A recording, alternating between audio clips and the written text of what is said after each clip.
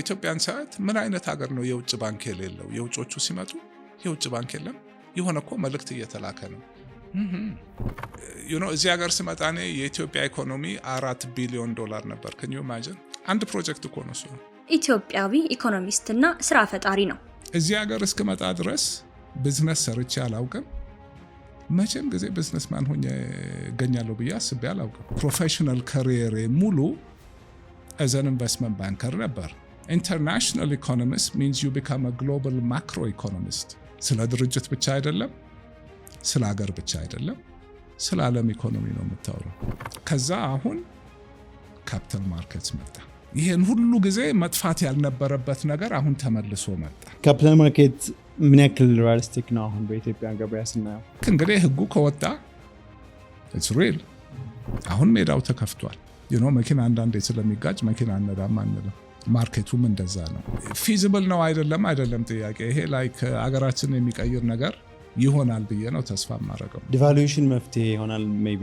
አንድ ነገር ነው የሚፈታው ዓለም በሙሉ ያለው ኢንቨስትመንት ኮላፕስ አድርጓል። ትልቅ ጉድጓድ ቆፍረናል። በአንድ ዓመት አልገባንም እዚህ ውስጥ። ጂዲፒ ቁጥሩ ስላደገ ተጠቀመ። እስከ መቼ እንደዚህ ይቀጥላል? እንዴት ነው ከዚህ የምንወጣው? የዛሬ ፓርትነሮቻችን አንዱ ማስተርለፍ ፋውንዴሽን ነው። ሌላው ደግሞ ቡንቾ ቡና ነው። ቡንቾ ቡና ደግሞ ለካፌ፣ ለሆቴሎች፣ ለቢሮ ቡና ቀጥታ ከእርሻችን እያመጣ እየቆላ ያከፋፍላል። ሌሎች ደግሞ ቡና የምትወዱ ለቤታችሁ የምትፈልጉ ደግሞ በዱካሞ ኮፊ መታችሁ መጠጣትም ትችላላችሁ፣ እዛውም መግዛት ትችላላችሁ። እናመሰግናለን።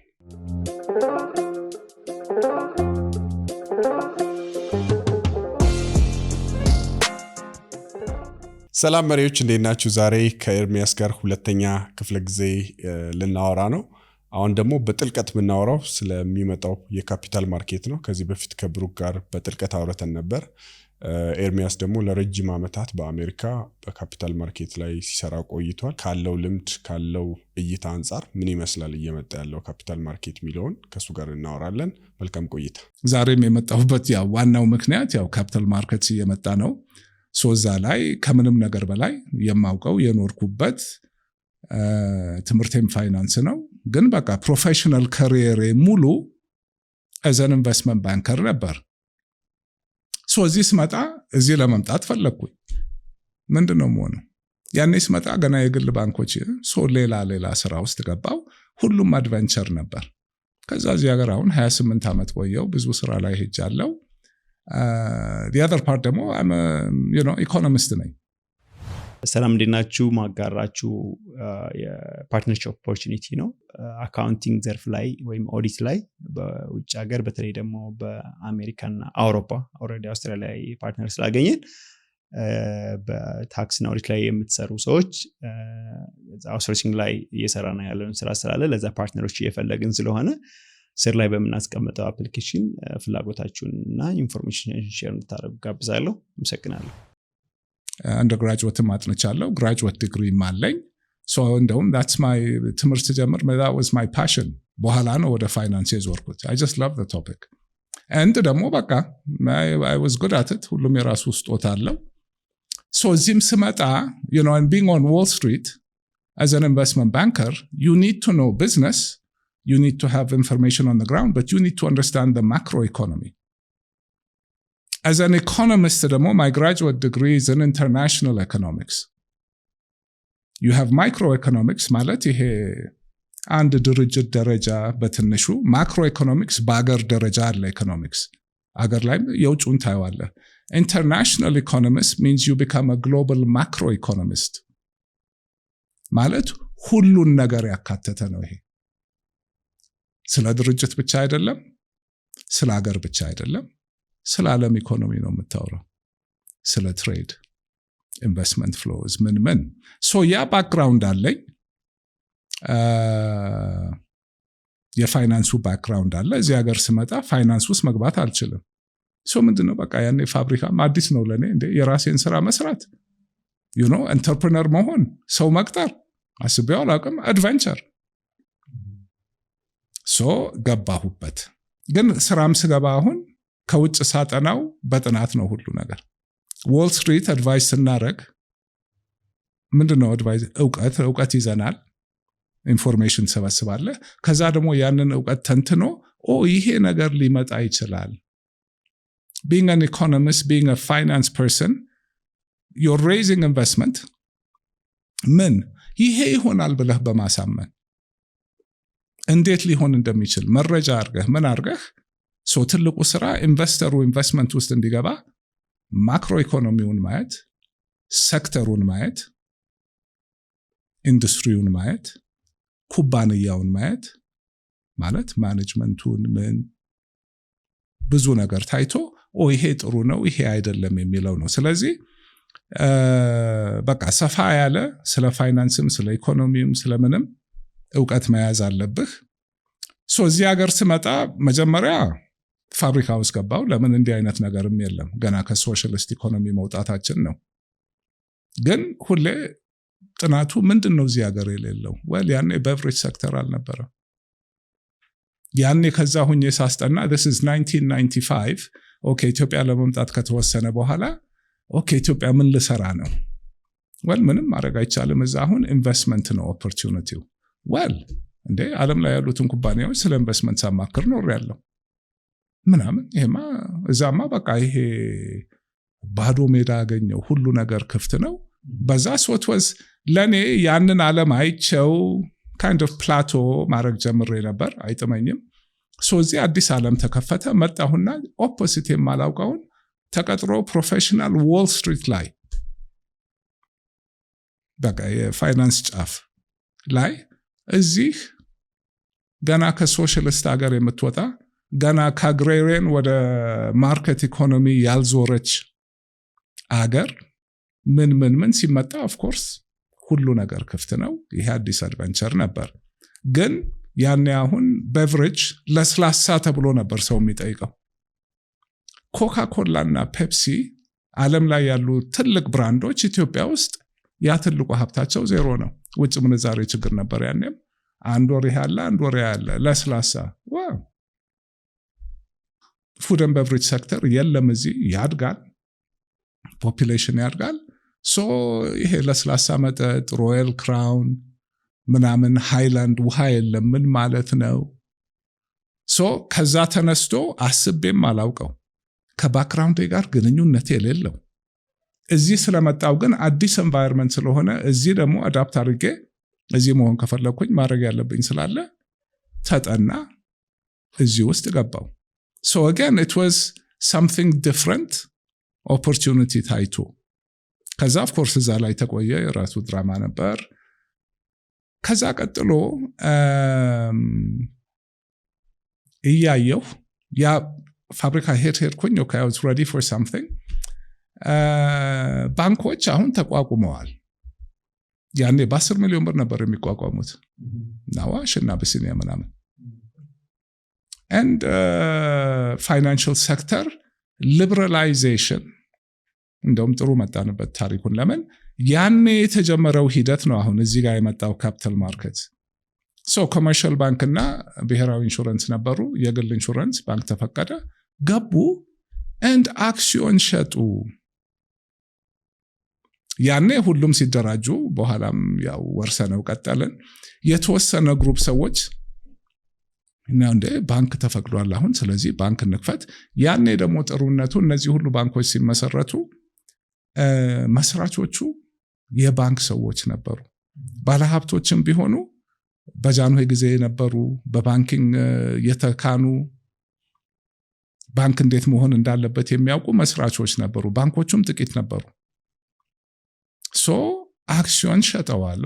እንደ አክሲዮን መሸጥ ይቻላል አይቼዋለሁ። ከዛ ግን አክሲዮኑ ሲሸጥም የማየው ነገር ምንም ቫሉዌሽን መስፈርት የለውም። በቃ አንድ አክሲዮን 1000 ብር ነው፣ 1000 ብር ነው፣ አይቀየርም። የሆነ ህግ ይመስላል። ሲሸጥም አብዛኛው ሰው ግንዛቤ ኖሮት አይደለም የሚገዛው። ኦር እድሉም ላይኖር ይችል ነበር። ያኔ ሪስትሪክትድ ነው። ዝም ብሎ ለማንም አክሲዮን አይሸጥም። ይህን ነገር እንደውም የቀየረው በኋላ አክሰስ ካፒታል እነ ዘመን ሲመጡ ነው። ዝም ብሎ ለህዝብ ከፍቶ ኑና አክሲዮን ግዙ የሚለው ነገር ኤኒዌይ ያ ተጀመረና እንደ ህጉን ሳየው ህጉ አክሲዮን ገበያ አይከለክልም። ለምን? በንጉሱ ጊዜ ነበር አክሲዮን ገበያ ኦቨር ዘ ካውንተር ማርኬት ኖት ይሄ ፉል ብሎን ፐብሊክ ስቶክ ግን ስራውን ይሰራ ነበር። አንድ ቦታ አለ፣ የተወሰኑ ማርኬት ሜከሮች አሉ፣ በሳምንት 2 ቀን አክሲዮን ይገዛሉ ይሸጣሉ እርስ በርሳቸው ምናምን ገበያ ነበረው። እቺ ጀማሪ ገበያ ለዛ ሲባል ህጉ አለ፣ አልተቀየረም። ደርግም መጥቶ ያ ሁሉ ነገር ስለወረሰ ህግ መቀየር አለብኝ ብሎ አላሰበም። በዛ ህግ መሰረት እንዲሁ በወሬ ተነሳና ብቻ አንድ የፕሬዘንቴሽን ቼምበር አርጋለኝና ፕሬዘንቴሽን አረኩኝ። ስቶክ ህጉ ይፈቅዳል፣ አክሲዮን ገበያ በጃንሆይ ጊዜ ነበረ፣ ኦቨር ዘ ካውንተር ማርኬት እንችላለን፣ አክሲዮኖች እየተሸጡ ነው፣ አይፒኦ እየተሸጠ ነው። ከባዱ ነገር ቁጥጥር ሰከንደሪ ማርኬቱ ግን ተለቋል፣ አይፒኦም እንዲሁ ተለቋልና ኦቨር ዘ ካውንተር ማርኬት ህጉ ይፈቅዳል፣ ለምን እናቋቁምም የሚል ነገር መጣ። ያኔ አቶ ኢየሱስ ወርቅ አዲስ አበባ ቼምበር ፕሬዚዳንት ነበር። ተነጋገርን፣ ነፍሱን ይማረው። አንድ ደግሞ ጥሩ ወዳጅ የነበር አቶ ታዲዮስ ኢስት አፍሪካ ኢንቨስትመንት ሴኩሪቲዝ የሚባል ኩባንያ እንደውም አቋቁመን ነበር። ኢስት አፍሪካ ኢንቨስትመንት ሴኩሪቲዝ ካፒታል ማርኬት ያኔ ይመጣል ተብሎ ስቶክ ኤክስቼንጅ የዛሬ 20 ምናምን ዓመት እኮ ነው። ኤኒዌይ ይሄንን ሄድንበት፣ አቋቋምን። አይኤፍሲ ትንሽ ጥናት ነገር ረዳን ምናልና ሞር ኦር ለስ ከቼምበር ጋር ሆነን ባንኮች፣ ፕሬዚደንቶች፣ ኢንሹራንሶች 50 ሺህ ብር አዋጥተው ኮሚቴ አባል ሆኑ። ሁሉ ነገር አዘጋጅተን እኛ ጥሩ ነገር መስሎናል። ህጋዊ ስራ እየሰራን ነው። ያኔ ለነበሩት ገንዘብ ሚኒስቴር ከ3 ወር በኋላ ልንጀምር ነውና ኑና ሪበን ይቁረጡልን የሚል ደብዳቤ ላክንላቸው። መልሼ ወደ ፋይናንስ መምጣቴ ነበር። የሆነ ቴሮሪስት የመጣ ነው የሚመስለው። ኖ አይቻልም፣ ህጉ ይፈቅዳል ህጉ። ከዛ በቃ ትንሽ ጠበቅ ያለች ደብዳቤ ጊዜው አይደለም የሚል ደረሰ። ማቆም አለብን አሉ። ቆመ። ያ ሲሆን ኦኬ ህጉ አለ፣ ኦፊሻል መድረክም ባይኖር ኢንቨስትመንት ባንኪንግ ይቻላል ብዬ ያኔ ነው አክሰስ ካፒታል ሰርቪስን ያቋቋምኩት። it was really the first investment bank። ምን ይሰራ ነበር? ነምበር 1 የኢንቨስትመንት ባንኪንግ ፋውንዴሽን ሪሰርች። እናንተ ሜቢ ያልደረሳችሁበትም በአመት ብዙ ሪፖርቶች እናወጣለን። በየወሩ 12 ሰው ያለበት ኢኮኖሚስቶች ሪሰርች ቲም as a public service ግን as part of the investment banking as well። በየወሩ ሴክተር ሪፖርቶች፣ ማክሮ ሪፖርት፣ ኢንፍሌሽን ኢንዴክስ የራሳችን ነበረን። በየወሩ የራሳችን ኢንፍሌሽን ፎርካስት፣ ሞኔታሪ በቃ የተሟላ ነገር። ከሱ ጋር ተያይዞ ብዙ የውጭ ኩባንያዎች ይመጣሉ። ሲያዩ እዚህ ጋር ሪሰርች አለ፣ ዌብሳይት አለ፣ ኢንቨስትመንት አድቫይዘሪ ስራ እንሰራለን። ከዛ እሱን ኩባንያ ሳቋቁመው ጥቂት ሼር ሆልደር ነበር። I said, you know what? አክሲዮን ገበያ ባይኖርም አይፒኦ ይቻላል። ሰከንደሪ ትሬዲንግ ባይኖርም ለህዝብ ለምንድን ነው አክሲዮን የማይቀርበው ብዬ ያኔ ዘመን ባንክን ጀመርኩ። አክሰስ ሪል ስቴት ተጀመረ። ቨሪ ሰክሰስፉል። ሰው ሁሉ አየ እንደ ከባንክ ውጭ ከኢንሹራንስ ውጭ ለካ አክሲዮን መሸጥ ይቻላል ለህዝብ። ያ it opened the floodgate። ስንት አይነት ሼር ካምፓኒ ተቋቋመ? ትላልቆች ከባንክ ውጭ ነው የምልህ። አክሰስ ካፒታል ብዙ ነገር ሲሰራና ብዙ ስራዎች ወለደ። ዘመን አክሰስ ሪል ስቴት ምናምን። ከዛ ደግሞ እንግዲህ እነዚህን ነገሮች ሳይ አሁንም ስራ ስሰራ ምንድን ነው ትርጉሙ? ገንዘብ መስራት? not really። የተሻለ ነገር ውጤት የሚያመጣ ኢትዮጵያ መጥቻለሁ። ኢኮኖሚ ና ያለው ስለ ኢኮኖሚ ብዙ ጽፋለሁ፣ ለመንግስትም ጽፋለሁ። ፋይናንሽል ሴክተሩ በፊትም ደጋግሜ ጽፍ ነበር። አንድ ኢኮኖሚ የካፒታል ማርኬትስ ያው በአንድ ሲምፕል ጥያቄ ዝም ብዬ የገባሁበት አይደል? ያው ከማንነቴ ጋር የተያያዘ ነው። ያው መንገዴ ነው እንግዲህ አብረን ሄደዋለን። እንደ ካፒታል ማርኬትስ እንዴት ነው ኢትዮጵያ የሌላት? እስቲ እንደው ለነገሩ እንደው ምንም ነገሩ ባይገባን ሌላ ምን ሀገሮች አሉ ዓለም ላይ ካፒታል ማርኬትስ የሌላቸው? ሲፈለጉ ብዙ የሉ፣ በጣም ጥቂት ናቸው። ሶ የአክሰስ ካፒታል መጀመሪያ the whole finance sector አንድ ተመልሶ መምጣት ግን fundamental infrastructure ነው። hard infrastructure መንገድ ምናምን፣ power ግድብ፣ soft infrastructure human capital፣ legal framework ወዘተ። ሁሌ የምጠቀመው ምሳሌ ጥሩ ምሳሌ hard infrastructure አጥንታችን ነው፣ ሶፍቱ ስጋ ነው። አይምሮ የቱ ጋር ነው ያለው? ይህን ሁሉ የሚነዳው የሚገዛው። ከዛስ ደም ዝውውሩ የት አለ? በድን አይደለ እንደ አጥንትና ስጋ። that's capital markets። በቃ it's fundamental infrastructure። so ወደ ፋይናንስም ስመጣ አሁን ስራም ስሰራ ኢንፍራስትራክቸር ቤስድ የሆኑ ፕሮጀክቶች ናቸው። እንገባበታለን። ቴክኖሎጂ አለ፣ እንደዛ አለ። so የምሰራቸው ስራዎች ብዙ ናቸው፣ ግን ቢግ ፒክቸር የሆነ ኢምፓክት የሚያመጡ ዝርዝሩ ዝርዝር ነው። ኦኬ እሺ። ስለዚህ ካፒታል ማርኬት ምን ያክል ሪያሊስቲክ ነው አሁን በኢትዮጵያ ገበያ ስናየው? well ሪያሊስቲክ ማለት ምን ማለት ነው? ሪያሊስቲክ እንግዲህ ህጉ ከወጣ it's real። በጃንሆይ ጊዜ ፉል ብሎን ካፒታል ማርኬት ባይሆንም ኦቨር ዘ ካውንተር ነገር ቢሆንም ስቶክ ኤክስቼንጅ ነበረን። የዛ ስቶክ ኤክስቼንጅ ውጤት ምን ነበረ? ይሄ ማለት እኮ አፍሪካ ውስጥ ኢትዮጵያ ሁለተኛው ሀገር ናት ስቶክ ኤክስቼንጅ። ግብጽ ናት ከኛ በፊት ያላት። የመጀመሪያው ሼር ካምፓኒ ኢትዮጵያ ውስጥ 1956 እኔ የተወለድኩበት ዓመት ማለት። የመጀመሪያው ሊስትድ ካምፓኒ ራስ ሆቴል። እነዚህ አሁን ስቴት ኦውንድ ኤንተርፕራይዝ ተብሎ ያሉ ብዙ ድርጅቶች በዛን ጊዜ አክሲዮን ገበያ ያኔ የነበረው አክሲዮን ገበያ ያቋቋማቸው ናቸው። ውጤታማ ነበር። ሜቢ ሞር ሊሆን ይችል ነበር፣ አይችልም ምናምን። ሶ አሁን ይህንን የማወራህ ለጥያቄው ኮንቴክስት ነው። አንደኛ ዓለም ላይ የሚሰራ ማርኬት ኢኮኖሚ አብሶ ይህን የሚያክል ካፒታል ማርኬት የሌለው የለም። ለምን? ግዴታ ነው።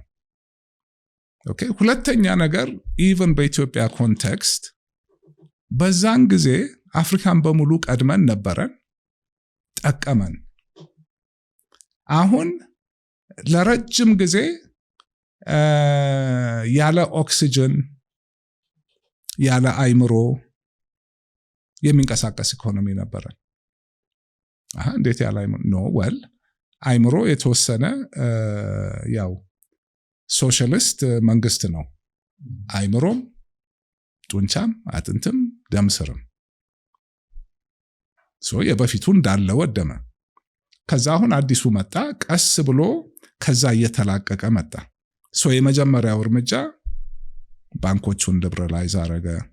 ስቶክ ኤክስቼንጁ ባይኖርም አክሲዮን ሽያጭ ይፈቀድ ነበር።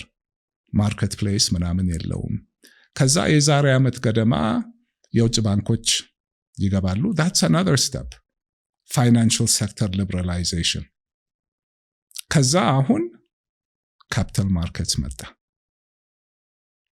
ላይክ ይሄን ሁሉ ጊዜ መጥፋት ያልነበረበት ነገር አሁን ተመልሶ መጣ። it's not even በቃ ይሄ it's a necessity።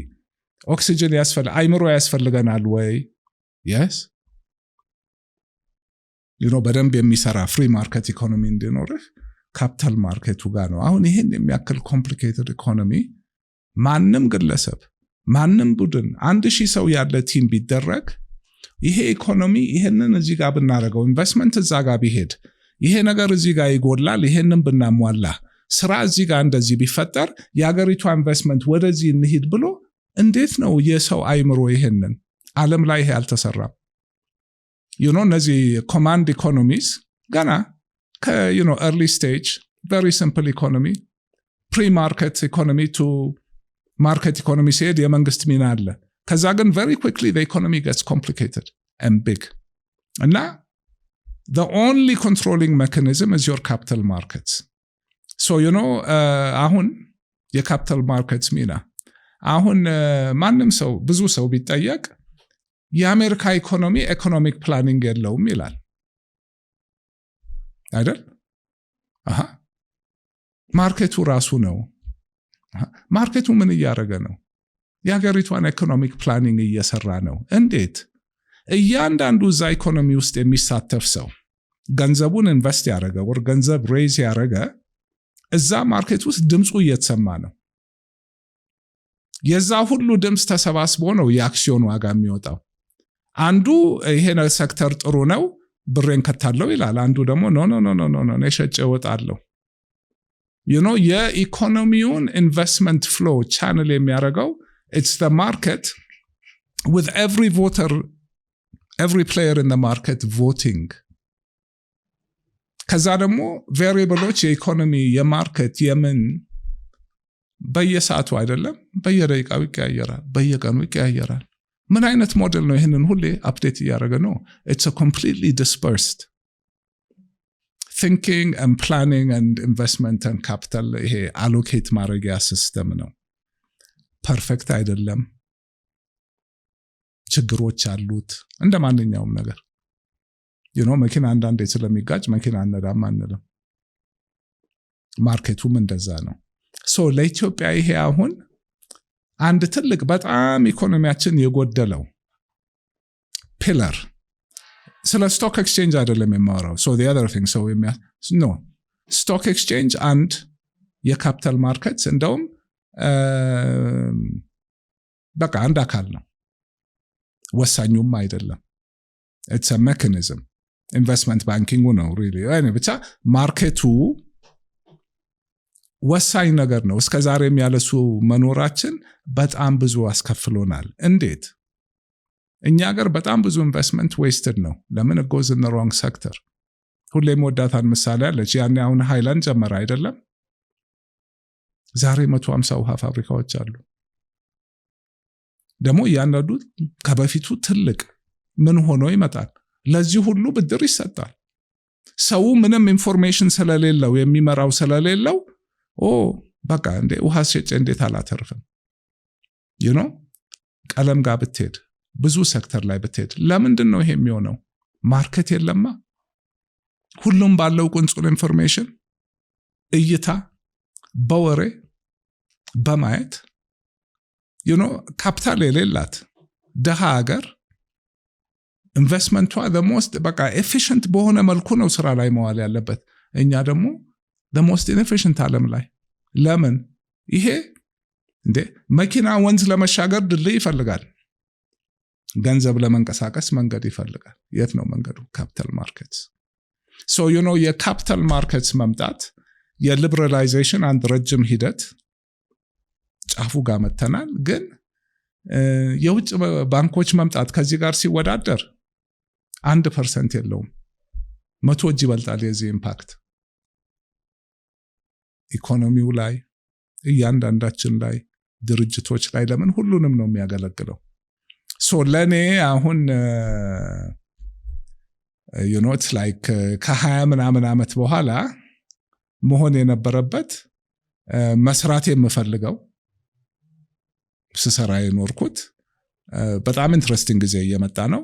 ለሀገሪቷ ደግሞ በቃ እሺ ምን ያህል ኤፌክቲቭ ይሆናል፣ ምን ያህል ትልቅ ይሆናል፣ ምን ያህል ኢምፓክት ይኖረዋል አገሪቷ ላይ፣ እሱ የኛ ስራ ነው። አሁን ሜዳው ተከፍቷል። ኦኬ እና ህጉ ሜዳው በጣም በጥሩ የተቀረጸ ነው፣ አንብቤዋለሁ። እሱን መተግበሩም ላይ ደግሞ አይ ቲንክ ጠንካራ ሰዎች አሉ አሁን። ከዚህ ቀጥሎ ውጤታማነቱ ከየት ነው የሚመጣው? ኳስ ሜዳ ሰርቶ ዳኛ ከተቀመጠ በኋላ ማቹ እንዴት ነው የሚሆነው? ቲሙ ነው አይደለም መሬት ላይ በቃ። አሁን ኢንቨስትመንት ባንኮች፣ መኒ ማኔጀሮች ይሄ ከኢንቨስትመንት ባንክ ከካፒታል ማርኬትስ ጋር ተያይዞ የሚፈጠሩ ማአት አዳዲስ ተቋማት አሉ። እኛ ባንክ ነው የምናውቀው የፋይናንስ ተቋም ኦር ኢንሹራንስ። ሶ ውጤታማነቱ አንድ እዚህ ሜዳ ውስጥ ገብቶ የሚጫወቱ ጥሩ ተጫዋች ይኖራል ወይ አንድ። ሁለተኛ ደግሞ አጠቃላይ ይሄ ቫኪዩም ውስጥ የሚካሄድ ነገር አይደለም፣ የአንድ ኢኮኖሚ አካል ነው። ሶ ኢኮኖሚው የሚመራበት ማክሮ ፖሊሲ የሚፈጠሩት ነገሮች ምኖች ሁሉ የካፒታል ማርኬቱን ውጤታማነት ከፍም ዝቅም ያደርጋሉ። ግን በምንም አይነት መስፈርት መኖራቸው ጥሩም ሲቹዌሽን ቢሆን የተሻለ ያደርገዋል፣ መጥፎ ሲቹዌሽንም ቢሆን ከዛ ከመጥፎ የተሻለ። ለምን አትሊስት አይምሮ አለ፣ የደም እንቅስቃሴ አለ። ሶ ለኔ በጣም ወሳኝ የሀገሪቷ ታሪክ ውስጥ ቦታ የሚኖረው የመጀመሪያ ወር ላይ አይደለም፣ ግን የሚቀጥለውን 2-3 ዓመት ሳየው ሊሆን ይችላል ብዬ የማስበው ነገር ሲሆን የኢኮኖሚያችን አጠቃላይ አካሄድ ይቀየራል። የኢንቨስትመንት አካሄድ ይቀየራል። የኢንቨስትመንት ኤፊሽንሲ ይቀየራል። ሶ ለኔ በቃ ሪሊ ፊዚብል ነው አይደለም ጥያቄ። ይሄ ላይክ አገራችን የሚቀይር ነገር ይሆናል ብዬ ነው ተስፋ የማደርገው። and ሳይንሱም ሌላም ሀገር የምናየው ልምድ ይሄን ያሳያል። እንደምለው አይነት ትልቅ ኢምፓክት እንዲኖረው እሱም ትልቅ መሆን አለበት። ያ መሆን ደግሞ እድል አለው። ማርኬቱ ምን ሊገጥመው ይችላል እንደ አዲስ ካፒታል ማርኬት? ምን መሰለ፣ ምን ችግር ይገጥመዋል ማለት ራሱ ምንድነው? አሁን እኮ ተቆጣጣሪ የሌለው ባለቤት የሌለው ገበያ አለ። በቃ ወጥቼ አክሲዮን መሸጥ እችላለሁ። ከዚህ በፊትም ሸጫለሁ። ያ ብዙ ጉድለቶች አሉት። ሶ ይሄ ይመጣል፣ ያን ችግር ይፈታል። የሚገጥመው ፈተና ሳይሆን ያገስ ፈተና ይሄ የእውቀት ስራ ነው፣ የፕሮፌሽናል ስራ ነው፣ ሳይንስም ነው፣ አርትም ነው። ከማርኬት ጋር ነው እንትን የምትለውና ትልቁ አሁን ባንኮች ትልቁ ሀብታቸው ዲፖዚት።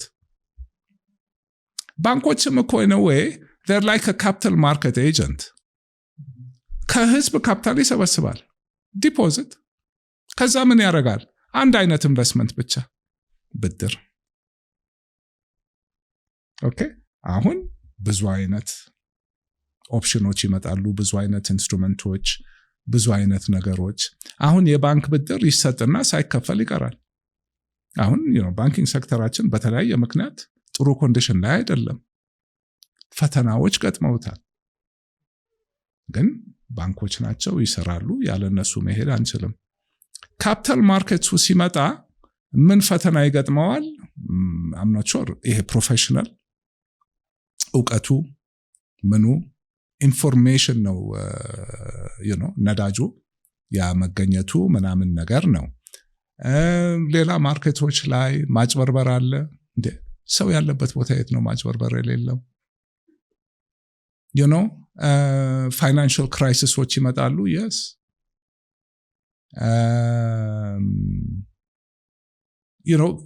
ኦፐሬሽናል የሆኑ ህልናውን እንትን ጥሩ ቁጥጥር እስካለ ህልውናውን የሚያሰጉ ኦር ህዝብን የሚጎዱ ምን የሚሉ አይደለም።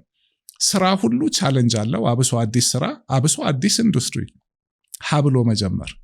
እነዚህ ይኖራሉ። ግን እኔ አሁን የውጭ ኢንቨስትመንት ባንኮች ብዙ ይመጣሉ ብዬ አስባለሁ። እውቀት ይዘው ይመጣሉ፣ ፕሮፌሽናሎች ይዘው ይመጣሉ። ከዛ ደግሞ ሁሉ ነገር ተለማምደህ ነው። መጀመሪያ ላይ ፐርፌክት ላይሆን ይችላል። ራሱ ሰው እየለመደው ምን የሚለው አንዱ ኦፍ ኮርስ አሁን እዚህ ስራ ውስጥ በደንብ በሰፊው ልገባ ሂደት ላይ ነኝ። ትልቁ እንደው አንድ እንኳን ጥሩ የጠራ ድምፅ፣ ጥሩ ሪሰርች የሚሰራ ጥሩ አቅጣጫ የሚሰጥ ነገር መኖር ራሱ አንድ ከምንም ይሻላል። 2 3 4 የተለያየ አስተያየት ሲኖር ደግሞ በጣም አሪፍ ነው።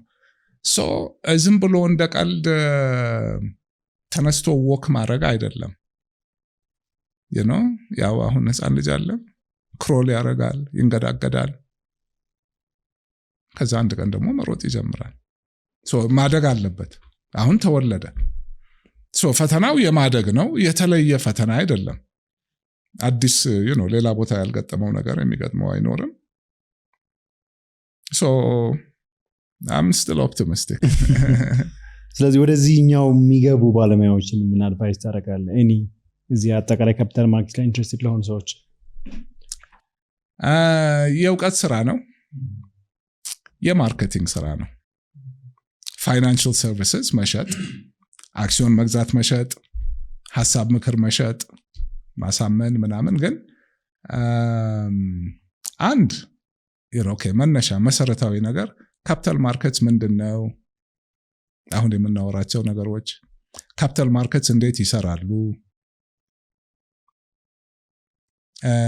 ለምንድን ነው ይሄን ስራ የሚሰሩት? እንዴት ነው የሚሰሩት? ይሄ አሁን ኮርሶች አሉ። አይ ቲንክ ካፒታል ማርኬትስ አውቶሪቲ የሚሰጣቸው ይኖራሉ ምናምን። መነሻው ነገር መጀመሪያ ይሄ ነገር ምን እንደሆነ ግንዛቤ መያዝ። ከዛ ደግሞ ብዙ ዘርፎች አሉት።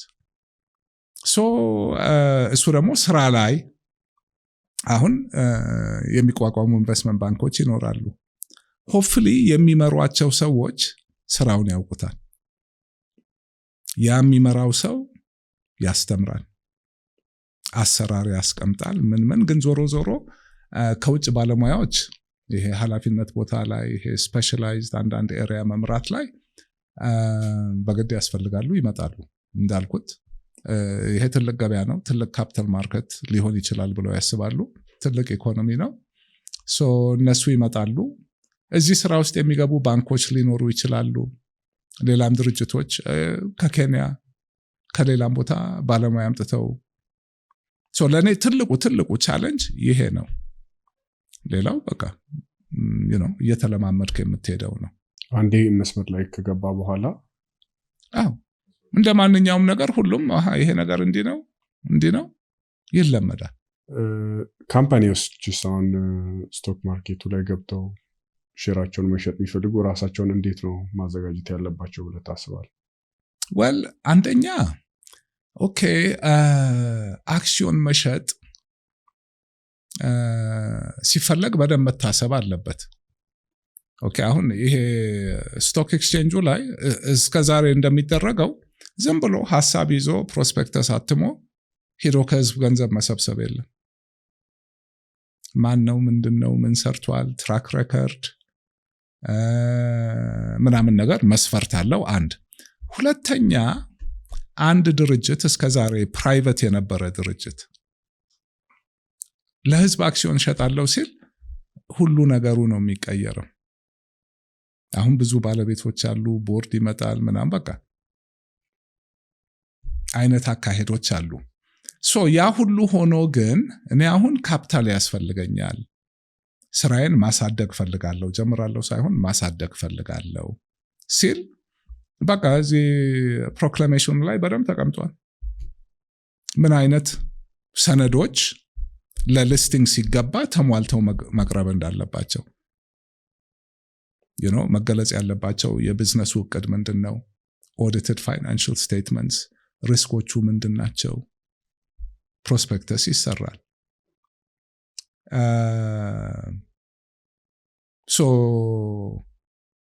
ይህን ሁሉ ሲያደርጉ ግን አሁን ከህዝብ ብር ወሰዱ። ከሱ ጋር አብሮ የሚመጣ ትልቅ ኃላፊነት ተጠያቂነት አለ። አብሶኛ ሀገር ይሄ በግል ደረጃ የራሱን ድርጅት መምራት የለመደ ቤተሰብ ምናምን ነገር ይህን በደንብ ማሰብ አለበት። ግን ያ ማለት ጥሩም ሊሆን ይችላል። አሁን ተቋም ሆነ ማለት ነው። አንድ ግለሰብ አንድ ቤተሰብ ላይ ተንጠለጠለ ማለት አይደለም። ካፒታል ሰብስቦ ማደግ ቻለ ማለት ነው። ቦርድ ኖረው ማለት እንደ ብዙ ጭንቅላቶች መጡ ማለት ነው። ብዙ ፖዚቲቭ ነገሮች አሉት።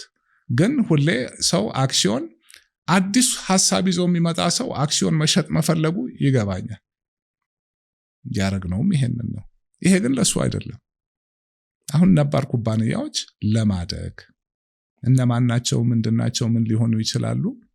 እሱ እንግዲህ ያው ሲገባበት እንደ ሁናቴው አንዱ ጋር ላይፈልገው ይችላል በብዙ ምክንያቶች። አንዱ ጋር ደግሞ እንደው ገንዘብ ሳያስፈልገው እንኳን ይህን መስሪያ ቤትን ወደ ተቋም ልቀይረው 10-20%ን ለህዝብ ልሽጥና ቦርድ ይግባና ማለትም አለው። እንደ ሁናቴው እንደ ሁሉን ነገር ግንዛቤ ይዞ ባንክ መበደር እችላለሁ፣ ግን እዚህ ጋር ደግሞ አክሲዮን ሾጬ ላረግ እችላለሁ፣ እዚህ ጋር ደግሞ አሁን ቦንድ ላረግ እችላለሁ፣ የቱ ይሻለኛል? ሁሉም የራሱ ፕሮዝ ኤንድ ኮንስ አለው እና ይሄ ሁሉ ይሄን ማስተማር ማሳየት ላንተ ይሄ ይሻልሃል በዚህ ብታረግ ይሄ ጥቅምና ኢንቨስትመንት ባንከሮች ሜዳውን የሚያንቀሳቅሱት ኢንቨስትመንት ባንከሮች ናቸው። አሜሪካን ሀገርም ቢሆን እነዚህ አሉ የሚባሉ ትላልቅ ኩባንያዎች ራሳቸው ፋይናንስ ዲፓርትመንት ሲዮ ቁጭ ብሎ እኮ ያንን ኩባንያ ልግዛ፣ ቦንድ ልሽጥ፣ አክሲዮንን ልሽጥ፣ ኢንቨስትመንት ባንከሮች አሉ ማያስተኛቸው። ያጠናዋል፣ ሴክተሩን ያውቃል፣ ኢኮኖሚውን ያውቃል። ይሄ እኮ እንዲህ ቢያደርግ ያንን ቢገዛ ፋይናንሱን እንዲህ ማመቻችለት ሊሆን ያንን አዘጋጅቶ ሄዶ 10 ትላልቆቹ ድርጅቶች 10 ኢንቨስትመንት የሐሳብ ማዕት ነው የሚመጣው። ይሄን ስራ ልስራልህ።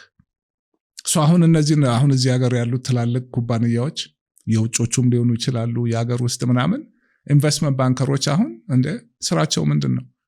ማን አለ ማጥናት፣ ለሱ ምን ቢያረግ ጥሩ ነው፣ ማደግ ይችላል፣ አክቹሊ ነው ይሄ ጥሩ አይደለም፣ ሸጦ ቢወጣ ይሻለዋል፣ ፋይናንስ እንዲህ ላመጣለት፣ ያንን ይዞ ሄዶ በራን ኳክቶ ይሄውና እኮ ኢንቨስትመንት ባንክ ሚንስ የስትራቴጂክ አድቫይዘር ነው የኩባንያዎች። ራሱ ፈልጎ ሄዶ ቢዝነሱን ስለሚፈልግ ይሄን ስራ ሲሰራስ በደንብ ስለሚከፈል ራሱ ሄዶ ይጎተጉተዋል፣ በየጊዜውም መረጃ ይሰጠዋል። ይሄን ነው የምልህ። ኢትስ ላይክ እያንዳንዱ ቢዝነስ ፐርሰን ይሄን ሁሉ ነገር ማሰብ የለበትም። ኢንቨስትመንት ባንከሮች ይሄን አይተው እናታው ይሄ ኢንቨስትመንት ቻነል የሚያደርጉት ኢሹወሩም አንተ ከዚህ ጋር ይሄን ብታረግ እንዲህ ማድረግ ትችላለህ፣ ካፒታል ላምጣልህ። እሺ እዚህ ጋር ደግሞ ካፒታል ያለው ጋር መጥቶ ይሄውና ይሄን የመሰለ ነገር አለ፣ አምጣ ካፒታሉን እዚህ ጋር አድርገው። ምን ሰሩ ማለት የፕላኒንግ ስራውን ሰሩ ማለት ነው። ከጥናታቸው ከሪሰርቹ ከመረጃቸው ተነስተው የመጀመሪያው ለዚህ ሁሉ ነገር ሁሉንም ኢንቨስትመንት ባንኪንግ ስራዎች ካፒታል ማርኬት የሚያንቀሳቅስ ኢትስ ኖሌጅ ከየት ነው የሚመጣው? ኢንቨስትመንት ባንኪንግ ሪሰርች ዲፓርትመንት፣ ማክሮ ሴክተር፣ ኢንዱስትሪ፣ ካምፓኒ፣ ኮምፒቲሽን ያንን ሁሉ አካቶ ይሄ ጥሩ ነው፣ ይሄ ጥሩ አይደለም፣ ይሄ ባለበት የሚቆይ ነው። ስለዚህ ኢንቨስተሮች እዚህ ጋና እዚህ ጋር ውጣ። ይሄን ለማድረግ መሬት ላይ ያሉትንም ኢንቨስት ሊደረግባቸው የሚገባቸውን ድርጅቶችም ሄዶ ይሄውና እኮ ከዛ ደግሞ ኢንቨስተሩ ጋር መጥቶ ይሄውና እኮ የካፒታል ማርኬቱ ውጤታማነት በተጫዋቾቹ ነው። የኳስ ጨዋታ ውጤት ተጫዋቾቹ ናቸው የሚወስኑት። እንዳልኩ ደግሞ ትልቅ ገበያ ነው። እዚህም it's not rocket science አይደለም፣ ሰው ሊማረው አይችልም። ግን ያው ሁሉ ነገር ስትለማመደው ነው።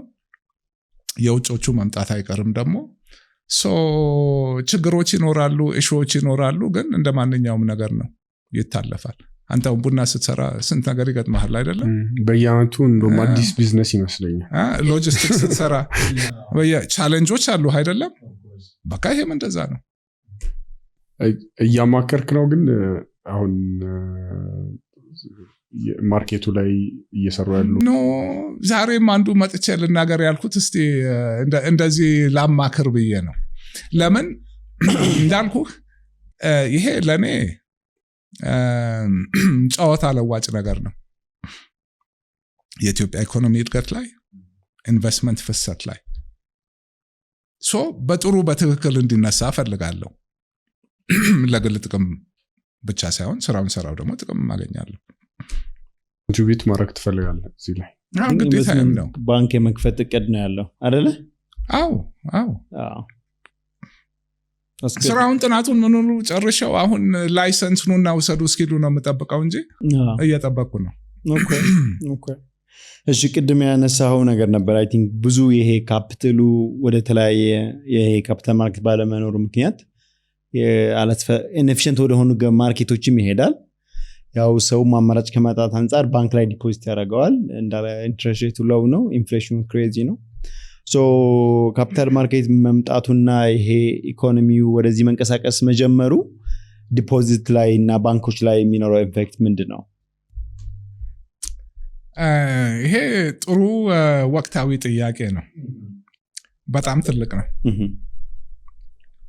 ሶ አሁን ከብር ካለው ሰው አንፃር ስታየው ትላልቅ ብር ሳይሆን እሺ 10,000 ብር 100,000 ብር 500,000 ብር 1 ሚሊዮን ብር የሆነ ቁጥር ድረስ ምንድነው ያለህ አማራጭ ብሩን ይዛ አትቀመጥም ኢንፍሌሽን ዱቄት ያደርገዋል ኦኬ ትንሽ ይረዳል ብለህ ባንክ ትሄዳለህ ሶ ይሄ ትናንሽ ዲፖዚት 7% 8% ይሰጡሃል ግን ኢንፍሌሽን ምን እንደሆነ ታውቀዋለህ ሶ ብዙ ሰው ከቻለ ሪል ስቴት ላይ ለዚህ ነው የኛ ሀገር ሪል ስቴት ገበያ እንደዚህ የጦዘው አትሊስት ከኢንፍሌሽን ይጠብቀዋል እሱን ያልቻለ መኪና ገዝቶ ያስቀምጣል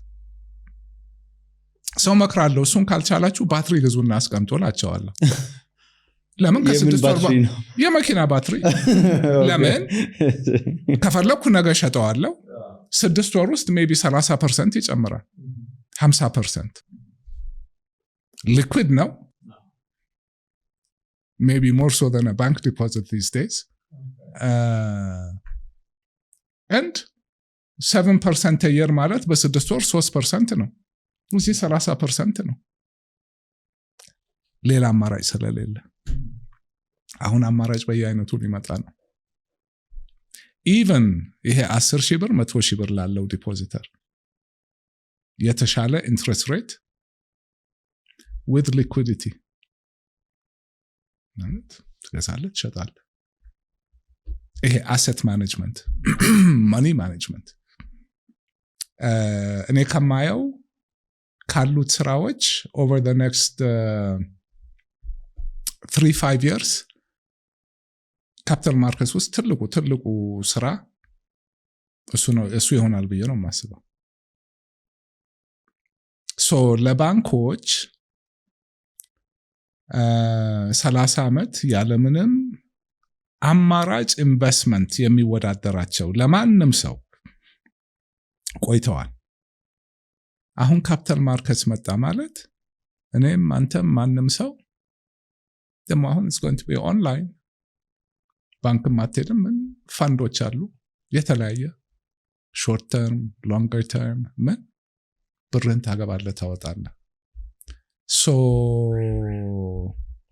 ያኔ ተወዳዳሪ ፕሮዳክት ይዘው መምጣት አለባቸው ወይም ደግሞ እዚህ ስራ ውስጥ መግባት አለባቸው ዞሮ ግን ከሌላ ባንክ the sector as a sector is going to deposit lose ያደርጋል እንዳማራጭ ስለመጣ ማለት ሶ አሁን ያሉት ባንኮች ይሄን ነገር አስበው ምንድነው ኢምፕሊኬሽኑ ምን የሚለውን ሆምወርክ ሊሰሩ ይገባቸዋል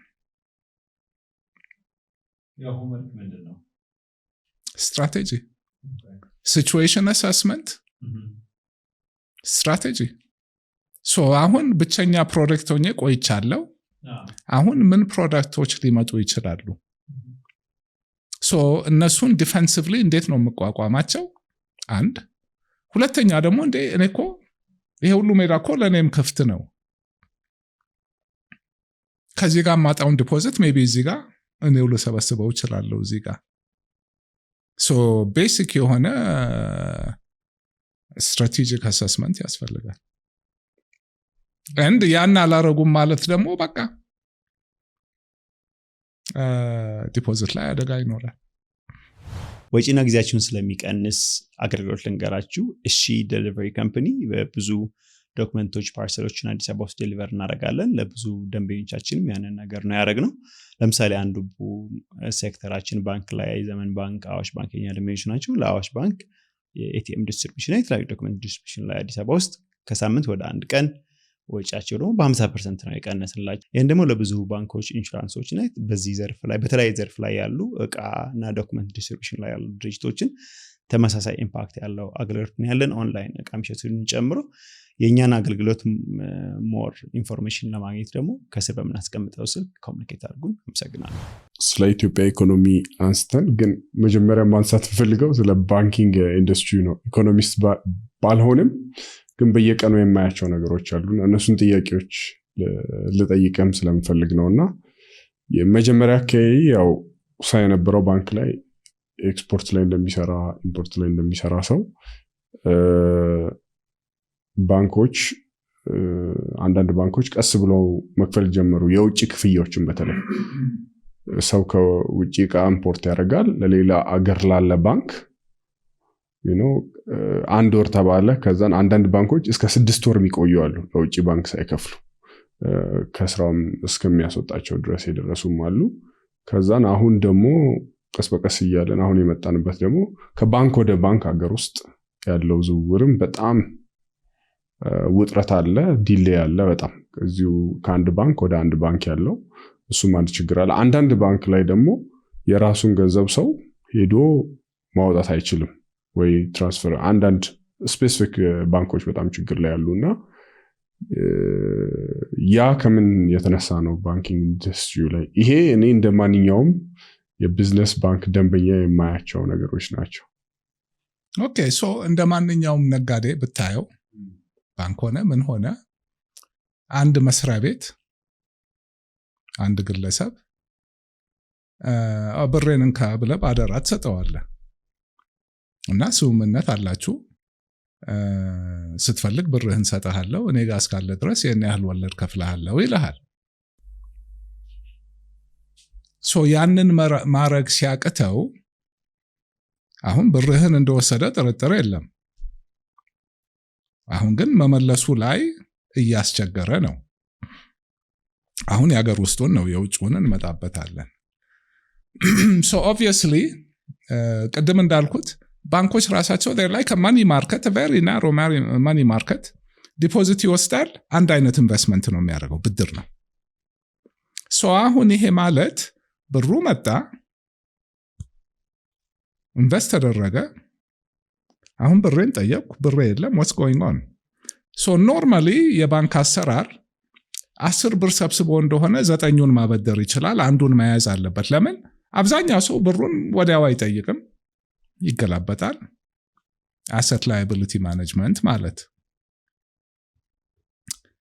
አሁን እዚህ ጋር የተፈጠረው ጋፕ ጥያቄው አሁን ይሄ ብር መጥቶ መመለስ አቅቶናል።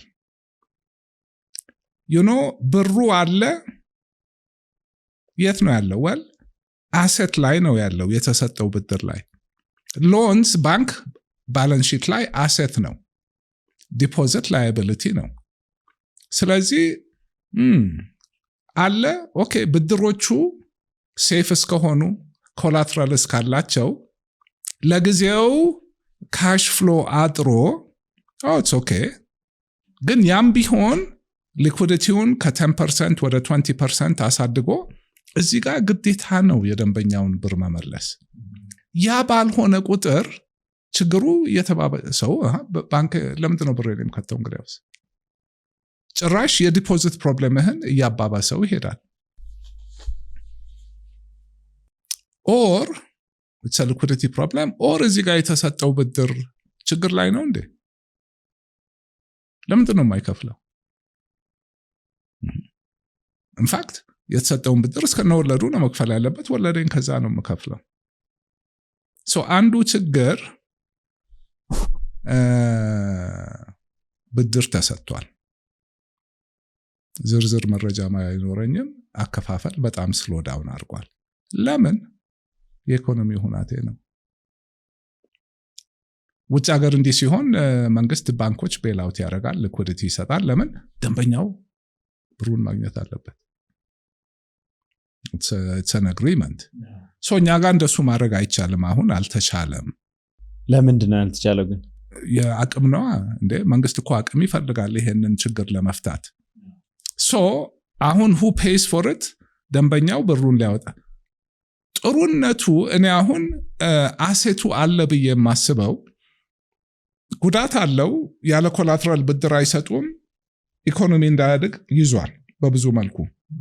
ለዚህ ችግር ቀን ግን የዛሬ 5 ዓመት 100 ሚሊዮን ብር ንብረት አስይዞ 70 ሚሊዮን ብር ወስዶ የነበረ ሰው እዳው 70 ቢሆንም ባይከፍልም 100 ቢገባም ያ ንብረት አሁን ሜቢ 300-400 ሚሊዮን ብር ገብቷል። ሶ ሎኑ is solvent የሆነ ቀን ገፍቶ ችግሩ ከመጣ ይሄ ኮላትራል ስላለ ሶ ንብረቱ አሴቱ የባንኩ ብድር የሰጠው አሁንም አለ ብዬ አስባለሁ። ያ ኮላትራል ስላለ ብድሩን የወሰደው ኮላትራሉን ያስያዘው ሰው ግን በኢኮኖሚው ምክንያት ኤቭሪ ሴክተር ትልቅ ትንሽ ስራ የለም። በተለያየ ምክንያት ወይ ገበያ የለም ወይ ማቅረብ ማምረት ችግር አለ። ሶ የሆነ ሊኩዊዲቲ ፕሮብሌም አለ። ውሎ አድሮ ይፈታል። እስከዛ ግን እዚህ ጋር ቀላል ጉዳት አይደለም፣ የራሱ የሚያመጣው ነገር አለ። አንድ ሁለተኛ እንዳልኩህ ሪስትሪክሽን ባረክ ቁጥር አስገብተህ 50 ሺህ በላይ መውሰድ አትችልም፣ አንዳንድ ቀን የለም ምናምን ሲል ማንም ሰው ቢሆን ለሚቀጥለው 3 ወር 6 ወር ለስራዬ ለምናምን የሚፈልገውን ብር ባንክ አላስገባማ ይመጣል። ያ ደግሞ ኦልሬዲ እዚህ ጋር ያለውን ሊኩዊዲቲ ፕሮብለም ያባብሰዋል። ከዛ ደግሞ ያው ብሩን ከየት አመጣህ፣ እንዴት ነው፣ ምንድን ነው የሚለው ነገር መጣ። ይሄ ሁሉ ዲፖዚተር የሚያሸሽ ነገር ነው። ሁሉም ፖሊሲ ራሱ ምክንያት አለው ይገባኛል፣ ግን ዋጋ አለው። ሶ ባንኮቹ የዚህን የማይከፍል ብድር ብዙ አለ በኢኮኖሚው ምክንያት ብር እንደ ልብ ማዛወር ባለመቻላቸው ብሩ ራሱ ይሸሻቸው ይጀምራል። የውጭ ባንኮች እኔ አሁን በተለያየ ምክንያት ንግድ ውስጥ ያሉ ሰዎች አሉ የሆነ ዕቃ ኢቨን ከኤዥያ ለመግዛት አሁን የማውቀው የሆነ የኮል የክሊንከር የምናምን ነገር አለ። እሺ ብሎ ለኢትዮጵያ ኤልሲ የሚከፍት ሻጭ የለም። ከዛ ኦኬ አትሊስት ቢያንስ ኮመርሻል ባንክ and then they want to be sure confirming bank ኢንተርናሽናል መሃል ኖሮ እንደዛም ሆኖ ይጠራጠራል። ሶ እዛ ጋር ያለው ፋይናንሽል ፕሮብለም ኮንሱመሩንም እየጎዳ ነው፣ ኢኮኖሚውን ኤክስፖርትም ኢምፖርትም እና ይሄ ዲስቶርሽን አሁን በቃ በሌላ ቦታ ብቻ ያስከፍለናል። ሶ it's kind of ሌላ ሀገር አሁን capital markets can run into financial crisis. We've seen even developed markets they can crash the economy የሆኑ ሁኔታዎች ሲፈጠሩ ግን you always come back። እዚህም ጋር የሆነ financial liquidity crisis አለ throughout the economy የብርም የዶላርም ሶ ሌላም ብዙ ምክንያቶች ይኖራሉ፣ ግን ዋናዎቹ እነዚህ ናቸው። and ማንም ሊክደው የማይችል በግልጽ የምናየው ነገር ነው። ሶ ኦቨርኦል ግን ከባንኮቹ እንዳለ ሆነው ሰፋ አድርገን የኢኮኖሚውን ብናየውና ምንድነው ኦቨርኦል አሁን ያለበት የኢኮኖሚ የኢትዮጵያን ኢኮኖሚ ኢቫሉዌት አድርገው ብትባል ቻሌንጅ ኦፖርቹኒቲስ ምን ይመስላሉ? ምን ላይ ሰዎች ኢንጌጅ ቢያደርጉ ኢንቨስት ቢያደርጉ? ይሄ እንዴት አይነት ሰፊ ጥያቄ እንደሆነ I'm sure ይገባሃል። አንዱ ብቻ እንኳን ለብቻው አንድ ሾው ይፈልጋል። so very very high level clearly የሆነ ፒሪየድ እንደው unprecedented በዓለም ደረጃ የሚያስደንቅ አይነት እድገት ነበረ እናየዋለን። ያ እድገት ፋይናንስ እድገት ኢንቨስትመንት ሁሉ ነገር ኢንቨስትመንት ነው።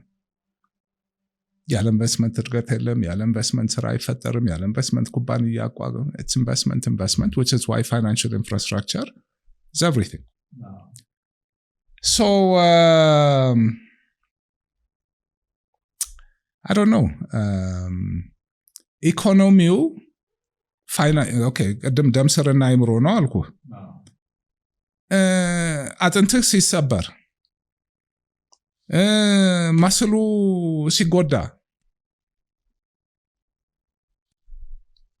ጉዳት አለ። አሁን ያ እድገት በኢንቨስትመንት ተሄደ፣ በዕዳ ነበር ኢንኤፊሽንት ቢሆንም ሜቢ የበለጠ እድገት መኖር ቢኖርበትም ብቻ ብዙ ብር ፈሶ በብድር መጥቶ ስናድግ ቆየን። በመንግስት አቅም መንግስት ግን አቅሙ እያደገ ያቅተዋል። ወደ ግል ማርኬት መዞር ነበረብን። ያ ማለት ምንድን ነው? ኦቨርኦል ሊበራላይዜሽን ኦፍ ዘ ኢኮኖሚ ኤንድ ካፒታል ማርኬትስ የፕራይቬቱን እንዲያንቀሳቀስ እቅዱንም እንዲያገን መንግስት እቅዱን መልቀቅ አልፈለገም። ስለዚህ እዚህ ጋር ኢንቨስትመንቱ እንዳይካሄድ ሆነ፣ ኦር ኢንኤፊሽንት እንዲሆን ሆነ። አሁን ዋጋውን እየከፈልን ነው። ለመክፈል ያስቸገረ ዕዳ አለን። ለምን? የኢንቨስትመንት ፕሮዳክቲቭ አልሆነ። ለምን? በማርኬት የተመራ ኢንቨስትመንት አልነበረም፣ ሰስቴነብል አልነበረም። በእቅድ ሳም ሶርት ኦፍ ፖሊሲ ነገር ነው የተደረገው። አሁን ኤንድ ያ እንዳለ ሆኖ then of course the last 5 years unstable environment. ኢንቨስትመንት ፈሪ ነው። ነምበር 1 የሚፈልገው ነገር አትሊስት እንደ ስለ ቢዝነሱ ብቻ ማሰብ እችላለሁ ወይ? ኢንቨስትመንት በጣም ቀይ ነው።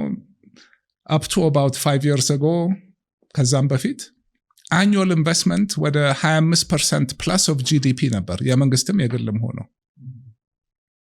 አሁን it's now well below 10. ያ ማለት the next 2-3 years የgrowth potential. So not only has investment not kept up, የውጭም we actually have destruction of physical infrastructure, social infrastructure, jobs. We know ሁሉ ቦታ አሁን inflation is out of control. Then እንደዛም ሆኖ demand for a lot of basic products, because now what does inflation do? It makes everybody poor. So በፊት ሁለት አንድ ነገር የሚገዛ ሰው አንድ ነው በቀን 3 በላ ሁለቴ።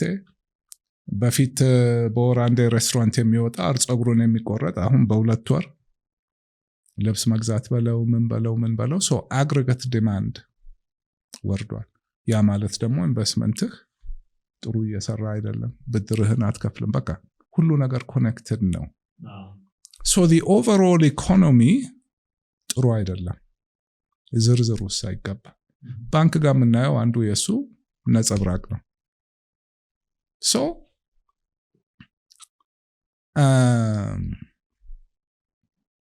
እስከ መቼ እንደዚህ ይቀጥላል? እንዴት ነው ከዚህ የምንወጣው? የመጀመሪያው ስቴፕ መረጋጋት አለበት አገሩ። ያኔ የውጭም ሊያይ ይችላል፣ አገር ውስጥ ያለውም ያሸሸውንም የቀበረውን ሊያወጣ ይችላል። ሶ ፈንዳሜንታሊ አንድ ነገር ምንድን ነው ብትለኝ ኢንቨስትመንት ኮላፕስ አድርጓል። እና ኢኮኖሚክስ ዲሌይድ ኤፌክት ነው ያለው። ዛሬ የምታደርገው ነገር ከ6 ወር ከ1 ዓመት ከ2 ዓመት ነው ውጤቱ የሚታየው። አሁን ያለው ኢንፍሌሽን የዛሬ ውጤት አይደለም። ኦኬ ዛሬ የጨማምረው የውጭ ምናምን አለ እና ሶ አሁን የሆነ ያለፈው 20 ዓመት እንደዚህ ብታየን እንደዚህ መጣን፣ ትንሽ እንደዚህ ቆየን፣ ከዛ እንደዚህ ነው። ከዚህ አሁን የሚመልሰን አንድ ነገር ያስፈልገዋል። ሶ ካፒታል ማርኬትስ እዚህ ውስጥ ነው የሚመጣው። እዚህም ውስጥ ቢሆን የዚህ ገበያ የሱ ሚና የመረጃው መኖር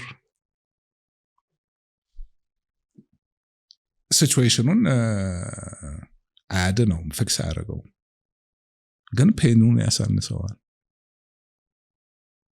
ሶ የምናወራው ነገር ሁሉ በማክሮ ኢኮኖሚ and the country as a whole ወደ መረጋጋት ሲሄድ ትልቅ ሀገር ነው። ሌተንት ትልቅ ጉድጓድ ቆፍረናል።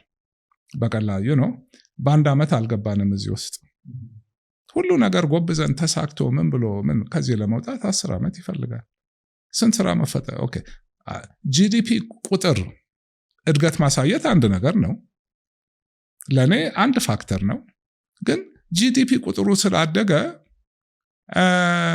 ማተጠቀመ ምን ማለት ነው? ለእኔ፣ ለባለ ፋብሪካው፣ ለማንም ሰው። እሺ ኢንቨስትመንትም ኖሮ እድገቱ ካለ እድገቱ እኔ ጋር ደርሷል ወይ ነው።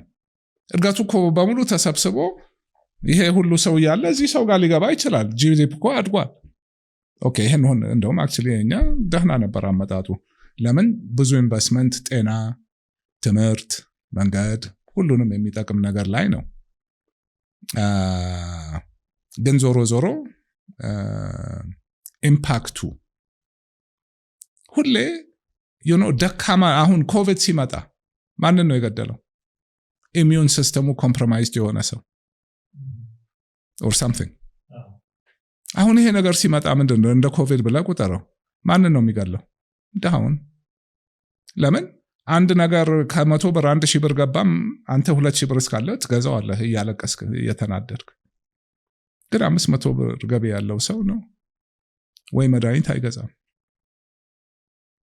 አሁን ሆስፒታሎች እንግዲህ ብዙ ሆስፒታል የለንም ምናምን፣ ኦኪዩፐንሲ ታች ወርደዋል 50%። ለምን? ሰው ታሞም አይመጣም። ይህን አሁን ጂዲፒ ውስጥ እንዴት ነው የምትከተው? አይ ዶንት ኖ ስንት ሚሊዮን ተማሪ ትምህርት ላይ አይደለም ምን እና very complicated situation። ሁሉ ሴግመንት affected። መቼ እንዴት አላውቀውም፣ ግን በቃ ባለበት የሚቆይ ነገር ጥሩም አይቆይም መጥፎም አይቆይም። ሶ ትልቁ ነገር somehow ኮንፍሊክት ቢቆም ብዙ ነገር ሊንቀሳቀስ ይችላል። እሱን ደግሞ ለኢኮኖሚው ብቻ ሳይሆን in general በቃ one way or another መቆሙ አይቀርም። እንትን ለዘላለም የቆየ ጥሩ ጊዜም የለም መጥፎ ጊዜም የለም። አሁን መጥፎ ጊዜ ውስጥ እንደ ኢኮኖሚ እንደ ሀገርም እያለፍን ነው። ሶ እዛ ኮንቴክስት ውስጥ እነዚህ አሁን የምናወራቸው ችግሮች ሁሉ ሊደንቁ አይችሉም። ዲቫሉዌሽን መፍትሄ ይሆናል ሜይ ቢ የሚኖር ይመስላል አሁን ካለው የፖሊሲ ኮሚኒኬሽን አንጻር ሲታይና how does it play? ይሄ ቶፒክ 2012 ነው መጀመሪያ በሰፊው የጻፍንበት። በኢትዮጵያ በፈረንጆች ማለት ነው። ፈረንጆች ማለት የዛሬ 12 ዓመት እና የኢኮኖሚያችን አሁን መሰረታዊ ችግርና ማነቆ ይሄ ክሎዝድ የሆነ ፎረን ከረንሲ ሬጂሙ ነው። ይሄ የውጭ ምንዛሬ ችግር ማለት የኦክሲጅን እጥረት ነው። ኢትዮጵያ ውስጥ በብር ሪሊ የሚመረት ግብርና አሁን የውጭ ምንዛሬ የማያስፈልገው ይመስለናል ነው። ሲድ ይፈልጋል፣ ፈርቲላይዘር ይፈልጋል፣ ፔስቲሳይድ ይፈልጋል፣ ኮመርሻል ለማድረግ ትራክተር ይፈልጋል፣ ጎማ ይፈልጋል፣ ነዳጅ ይፈልጋል። ግብርናውም ፎሬን ኤክስቼንጅ ማኒፋክቸሪንግ እርሳው እንዳለ ነው። ሰርቪስ ሴክተሩ ብዙ ኢቨን አሁን ኦንላይን ምናምን የሚሰራ ሰው ክላውድ ሰርቪስ ውጭ መክፈል አለበት አለ። ውጭ ጓደኛ ክሬዲት ካርድን ፈልጎ ምናምን። ሶ ውጭ ምንዛሬ የለንም ማለት እዚህ ኢኮኖሚ ውስጥ ማለት ገንዘብ የለንም ማለት ነው። ብሩ ስላለን ምንም ማለት አይደለም። ሶ ይሄ ደግሞ እጥረት የፈጠረው የፖሊሲያችን ነው። ኦኬ ገበያ ወይ የገበያ ኢኮኖሚ ነህ ወይ አይደለህም። መሃል ቤት ከሁለቱም አትሆንም። ሶ ነፃ ሊበራላይ አሁን የመጨረሻው ሊበራላይዜሽን የሚቀረን ፋይናንሻል ሴክተር ላይ ይሄ ነው። ኤንድ ዲቫሉዌሽን አድርጎ ሌላውን ነገር ካልቀየርከው ቀጥሎ እዛው ነው የሚሄደው፣ ችግሩን አይፈታም። ከስሩ ይሄ እጥረት ምንድን ነው? የሰፕላይ እና ዲማንድ ኢምባላንስ ነው። እኛ ኖርማሊ ማርኬት ላይ ፕራይስ ነው ይሄን ሴት የሚያደርገው። ሶ የውጭ ምንዛሬ ሰፕላይ ሲያንስ ብር ከ50 60 100 200ም ሊሄድ ይችላል። ኦኬ ይሄ ሲሆን ግን አሁን ውጭ ምንዛሬው በገበያ ስታረገው ወደ ጥቁር ገበያ የሚሄድበት ምክንያት የለም። በዛ ዋጋ ማርኬቱ አኮሞዴት ሊያደርገው የሚችለው ዲማንድ ኤፊሽንት መሄድ ላለበት ፕሮዳክቲቭ ቦታ በገበያው ያ ይሄዳል። ኢንፍሌሽን ይወጣል፣ ምን ይላል። ግን ሰፕላዩ ደግሞ አሁን ይሄ አንደር ኢንቮይስ የሚደረገው ከብት በዚህ የሚሾልከው ወርቅ በዛ ብላክ ማርኬት በአመት $6 ቢሊዮን ይገባል አይደለም? ሪሚተንስ። ለምንድን ነው ብዙ በብላክ ማርኬት የሚመጣው? ባንክ 60 ነው፣ እዛ ጋር 120 ነው። ኦኬ ማርኬቱ ራሱ እዚህ ጋር ቢሆን ጥቁር ገበያ 6 ቢሊዮን ይገባል። ያ ደግሞ ሰፕላይ ይጨምራል፣ ዲማንድ ይቀንሳል። ሶ በሂደት መሆን የሚገባው ማርኬት ፕራይስ ይመጣል and efficient allocation ይኖራል። ሰፕላዩ በጣም ይጨምራል።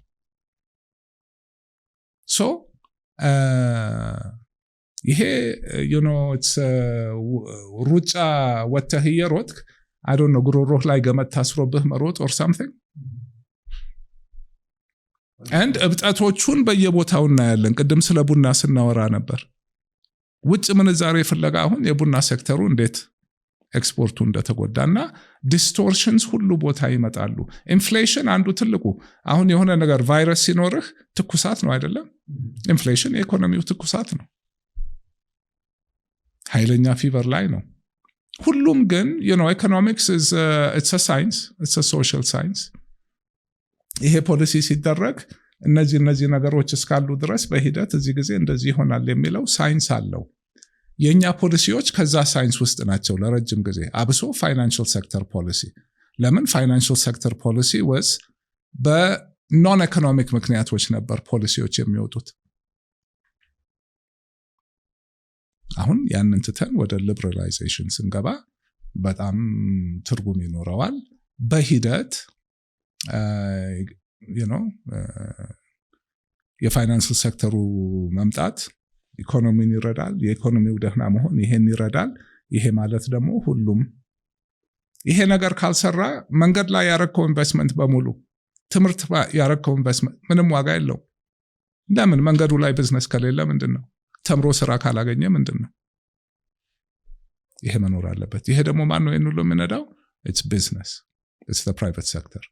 አሁን ከመንግስት አቅም በላይ ነው እንዲህ ነገሮች እንደው የተወሰነ ስትራቴጂክ ፕሮጀክቶች ስለዚህ ዲቫሉዌሽን ሳይሆን ፍሎት ማድረግ ነው መፍትሄው የምትለው። ዝም ብሎ ፍሎት ማድረግ አይቻልም። ሁሌ እንዳልኩት ነው ከስር ነገሩን ለማከም በፊት ሞዴል አድርገን ሰርተነዋል። አሁን ይጨምራል፣ ኢኮኖሚው አድጓል። 5 6 4 7 ቢሊዮን ዶላር እጅህ ላይ ያስፈልጋል። ፍሎት ስታደርገው በየባንኩ ዶላሩ ይሰጥና በቃ ናና ኤልሲ ክፈት። ያ ማለት ብዙ ቢሊዮን ብር ነው ወደ ብር ስትመረዘረው። ነጋዴው ውጭ ምንዛሬ ለምንድን ነው የሚፈልገው? ዕቃ ለማስመጣት። ሁሉም ይመጣና ኤልሲ ይከፍታል፣ ማዕት ዕቃ ይጎርፋል። የጠፋው ዕቃ ሁሉ አሁን ዋጋ መውረድ ይጀምራል። ማገላበጥ ስላለበት ይሸጣል። ለ6 ወር አሁን ኤልሲ የሚጠይቅህ የለም። የከፈተውን በሙሉ እዚህ ሸጦ ምን ብሎ መገላበጥ አለበት? እዚህ መሃል ሪሚተንስ አንተ ጋር እየመጣ ነው። በዚህ በዛ የሚሾልከው ነገር እንዴ ባላንስ እየመጣ ይመጣል። ጭራሽ አሁን ከምናየው ብላክ ማርኬት ሬትም ሊወርድ ይችላል። you have to control። አሁን ይሄ ዝም ብሎ እዚህ የተጠራቀመ ትርፍ ብዙ ቢሊዮን ብሮች አሉ የተለያዩ ድርጅቶች ማውጣት፣ እነሱን በፌዝ እንዲወጡ እንዳለ አትለቀውም። ግን ዋና ኢኮኖሚ የሚያንቀሳቀሱት ሴክተሮች በማርኬት ሬት እንዲወስዱ አድርገህ ኤክሰሲቭ ዲማንድ እንዳይመጣ ደግሞ ማኔጅ የምታረጋቸውን አድርገህ፣ ያ ካልሆነ ዝም ብሎ ዲቫሉዌሽን ብታረግ በቃ ያንኑ ማርጅን በቃ ዝም ብሎ ቁጥሩ ይቀየራል። ለምን? ከስር ያለውን ሰፕላይ ዲማንድ ኢምባላንስ ዲቫሉዌሽን አይፈታውም። አንድና አንድ ነገር ነው የሚፈታው ዓለም በሙሉ ያለው it's the market። የሚቀረን ስቴፕ እሱ ነው። እሱንም አይኖ እየተከደበት ይመስለኛል። ግን እንግዲህ ያለው ነው እንደኔ ዲቫሉዌሽን ብቻውን የሆነ ትልቅ ኢንፊውዥን ከስር ቅድም እንዳልኩ ይሄ ሰፕላዩን አንዴ እና እዛ መሃል ዲማንዱን አንዴ ገድሎ ሰፕላዩ እንዲገባ ማድረግ በቃ it's kind of simple። ግን የሚወጣው አይመስልም። አሁን ያለው ከፍተኛ ዲማንድ እንትን ነው ቁጥሩን ስትሰራው ኦኬ ዶላር ስለመጣ በነፃ ዶላር የሚሰጥ የለም። የኢትዮጵያ ነጋዴ ተሰብስቦ አሁን ዛሬ ባንክ ቢከፈት ስንት ብር ይዞ ሊመጣ ይችላል? የሚቀጥለው ወር ውስጥ ከየት ነው የሚያመጣው? ዝም ብሎ ይሄ ቁጭ ያለ ብር ምን 4 ቢሊዮን $5 billion እሱ that's the price you pay። ዲማንዱን ትገለዋለህ፣ ጸጥ ታረጋዋለህ ለተወሰነ ጊዜ፣ ከዛ መምጣት ይጀምራል። ይሄ በሙሉ የሚሾልከው ከዛ እነዚህ ሰዎች ሸጠው ሲመለሱ በቃ ማርኬቱ ዲተርሚን እያደረገው ይሄዳል።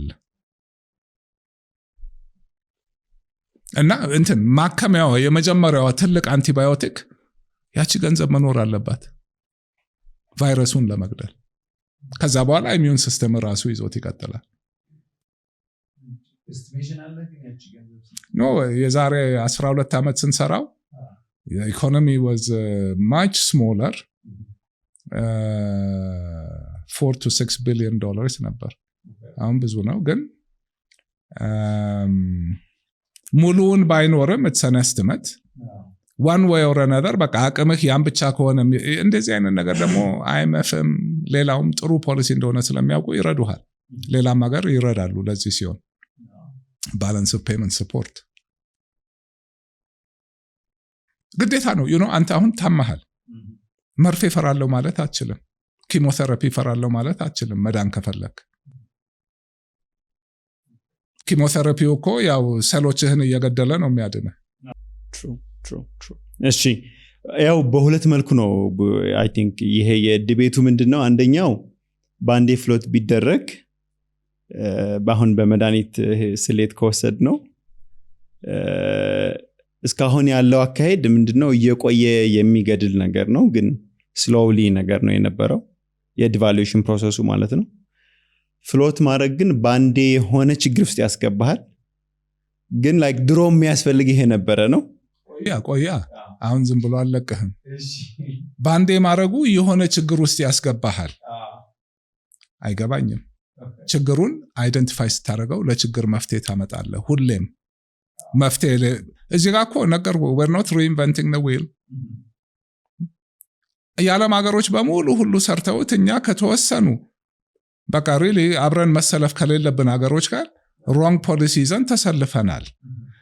እንትን ነው እኛ ሀገር so anyway I'm sorry አንተ ሰው የሚለው ነው ያንተ ኦፒኒየን ሆኖ አይደለም። so don't take it personally።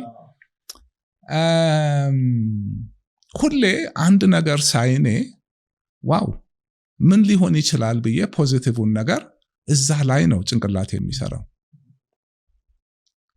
እኛ ሀገር ሁሉ ነገር ገና አዲስ ነገር ሲመጣ ሁሌ የመጀመሪያው ችግሩ ይሄ ቢመጣስ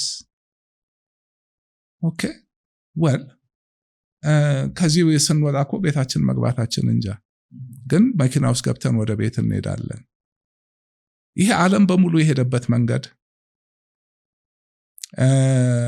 ድሮ በቃ ትንሽ ከሆነ በጃንዌ ጊዜ በቃ $1 2 ብር ነው፣ ተነቃንቆ አያውቅም። ስለ ዶላር በቃ ብር ዶላር ነበር። ኦኬ ያኔ ሌላ ታሪክ ነው ምናምን ማርኬት ሴትሬት አርጎም አይደለም፣ ግን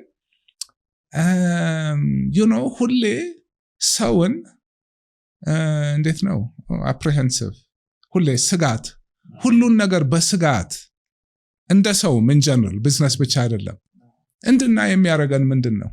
አንድ ነገር ነው፣ የተፈጥሮ ኢንስቲንክታችን ነው። ፌር ነው። ፌሩ ከየት ነው የሚመጣው? ካለማወቅ። የሰው ልጅ ናቹራል ሶፍትዌር ፕሮግራሚንጉ አንሰርተንቲ አይወድም። ለምን? ሁሌ ስጋት ነበር። የማያውቀው ነገር ሲመጣ በጥርጣሬ ነው። ይሄ ነገር መርዝ ነው አይደለም፣ ይበላኛል፣ በላዋለው። አለማወቅ ስለ አንድ ነገር the natural impulse መስጋት ነው።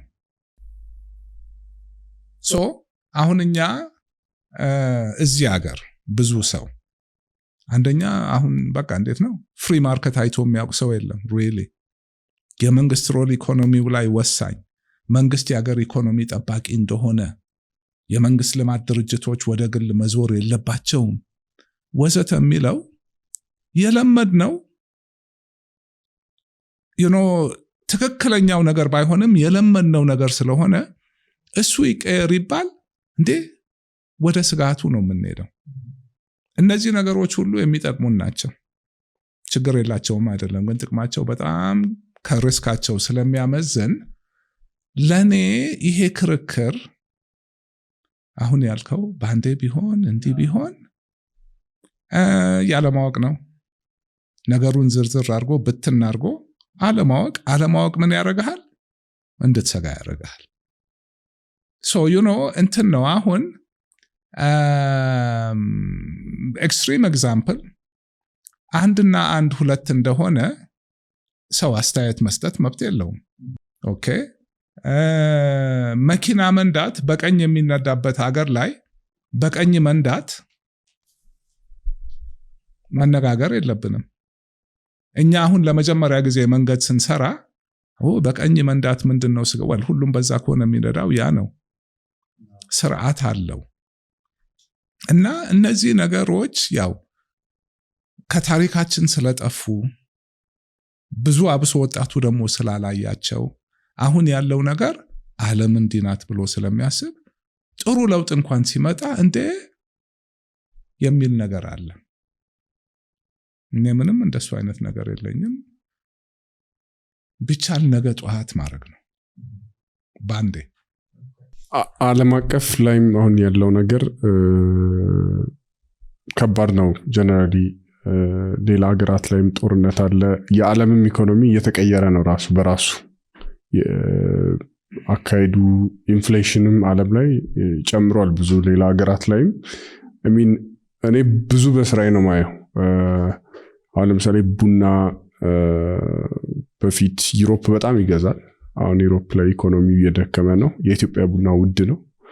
ወደ ብራዚል እንደዛ ሌላም ሀገራት አሁን ኤዥያም ላይ ያንን ኢምፓክት ማየት ጀምረው ሰዎች ውድ የሆነውን ቡና እየፈሩ ዝቅ ያለውን የመግዛት አቅም ዓለም ላይም እየቀነሰ ነውና ያ እንዴት ነው ኢትዮጵያ ላይ ኢምፓክት የሚኖረው? አሁን ደግሞ እስካሁን ካወራናቸው ሁሉ ሰፊ ቶፒክ አመጣ።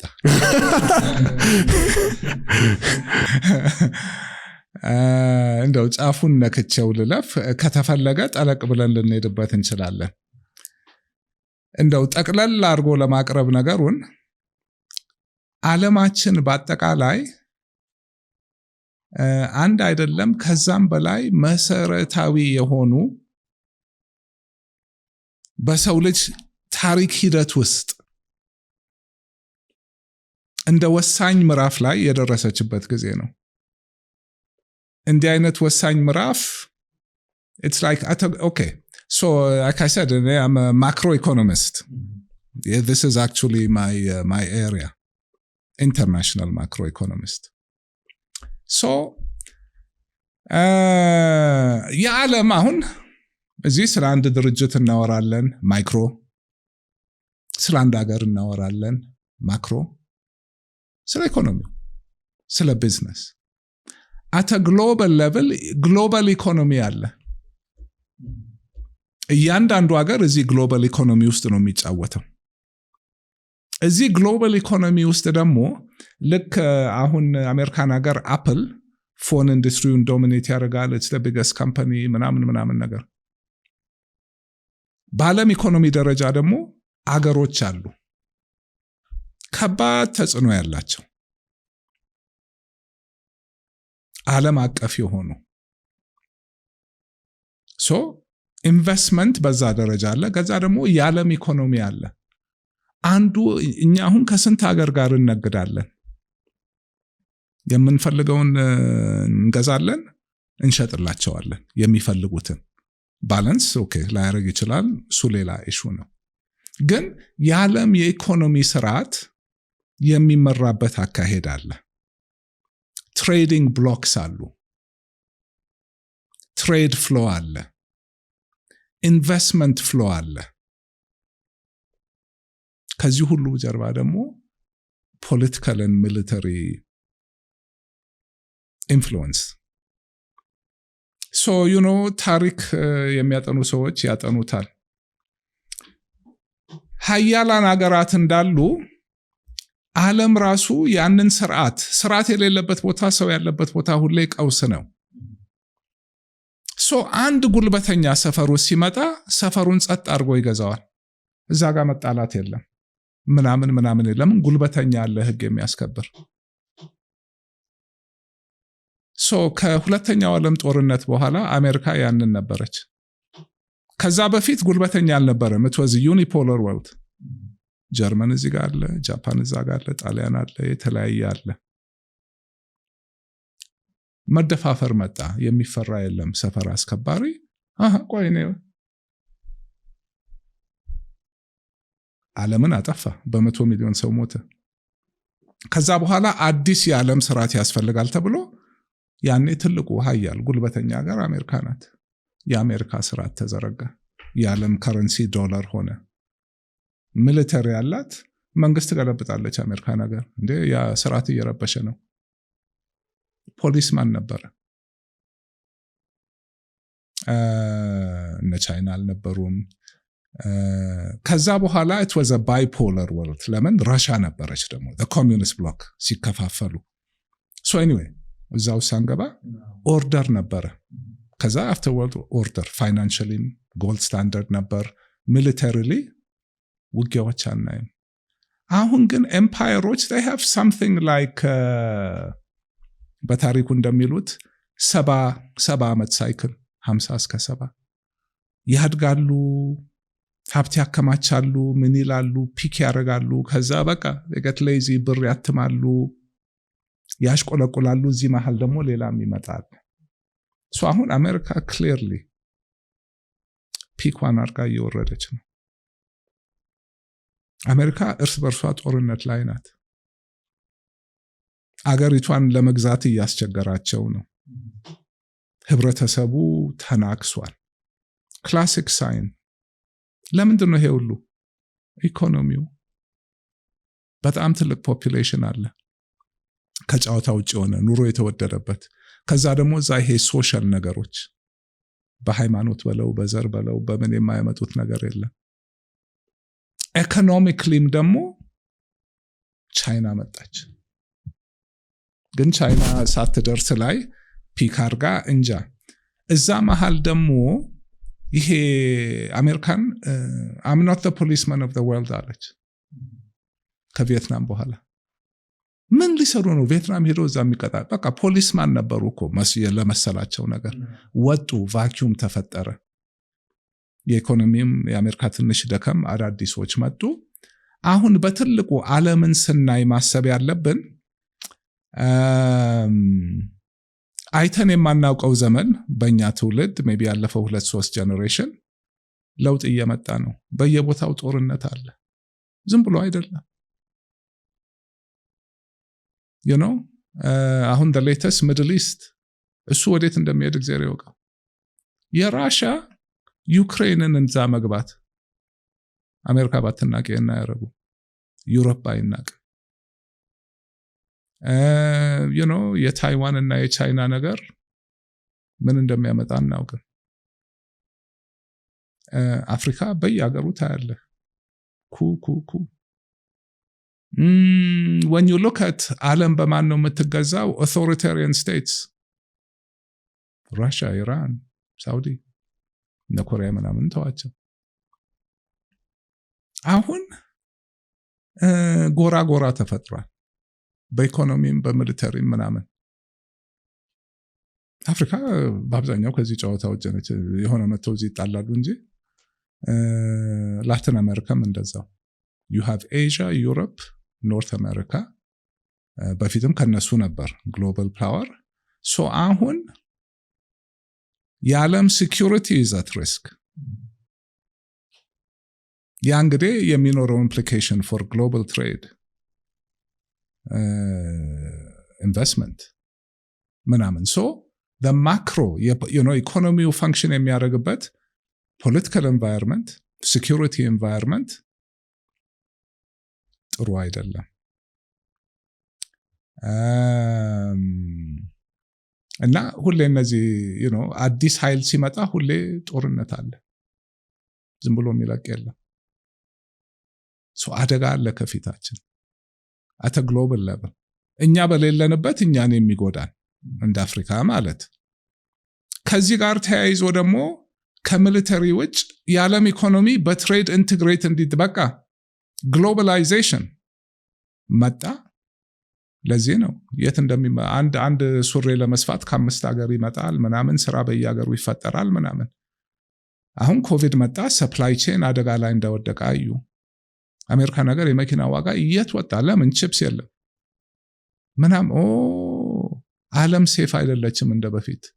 ሰፕላይ ቼናችን ጎረቤት መሆን አለበት፣ ሎካል መሆን አለበት።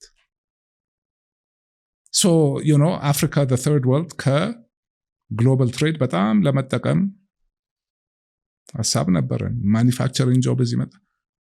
የዚህ ያጠቃላይ የስርዓቱ መነካካት ሁሌ ማን ነው የሚጎዳው? ደሃ ደካማ።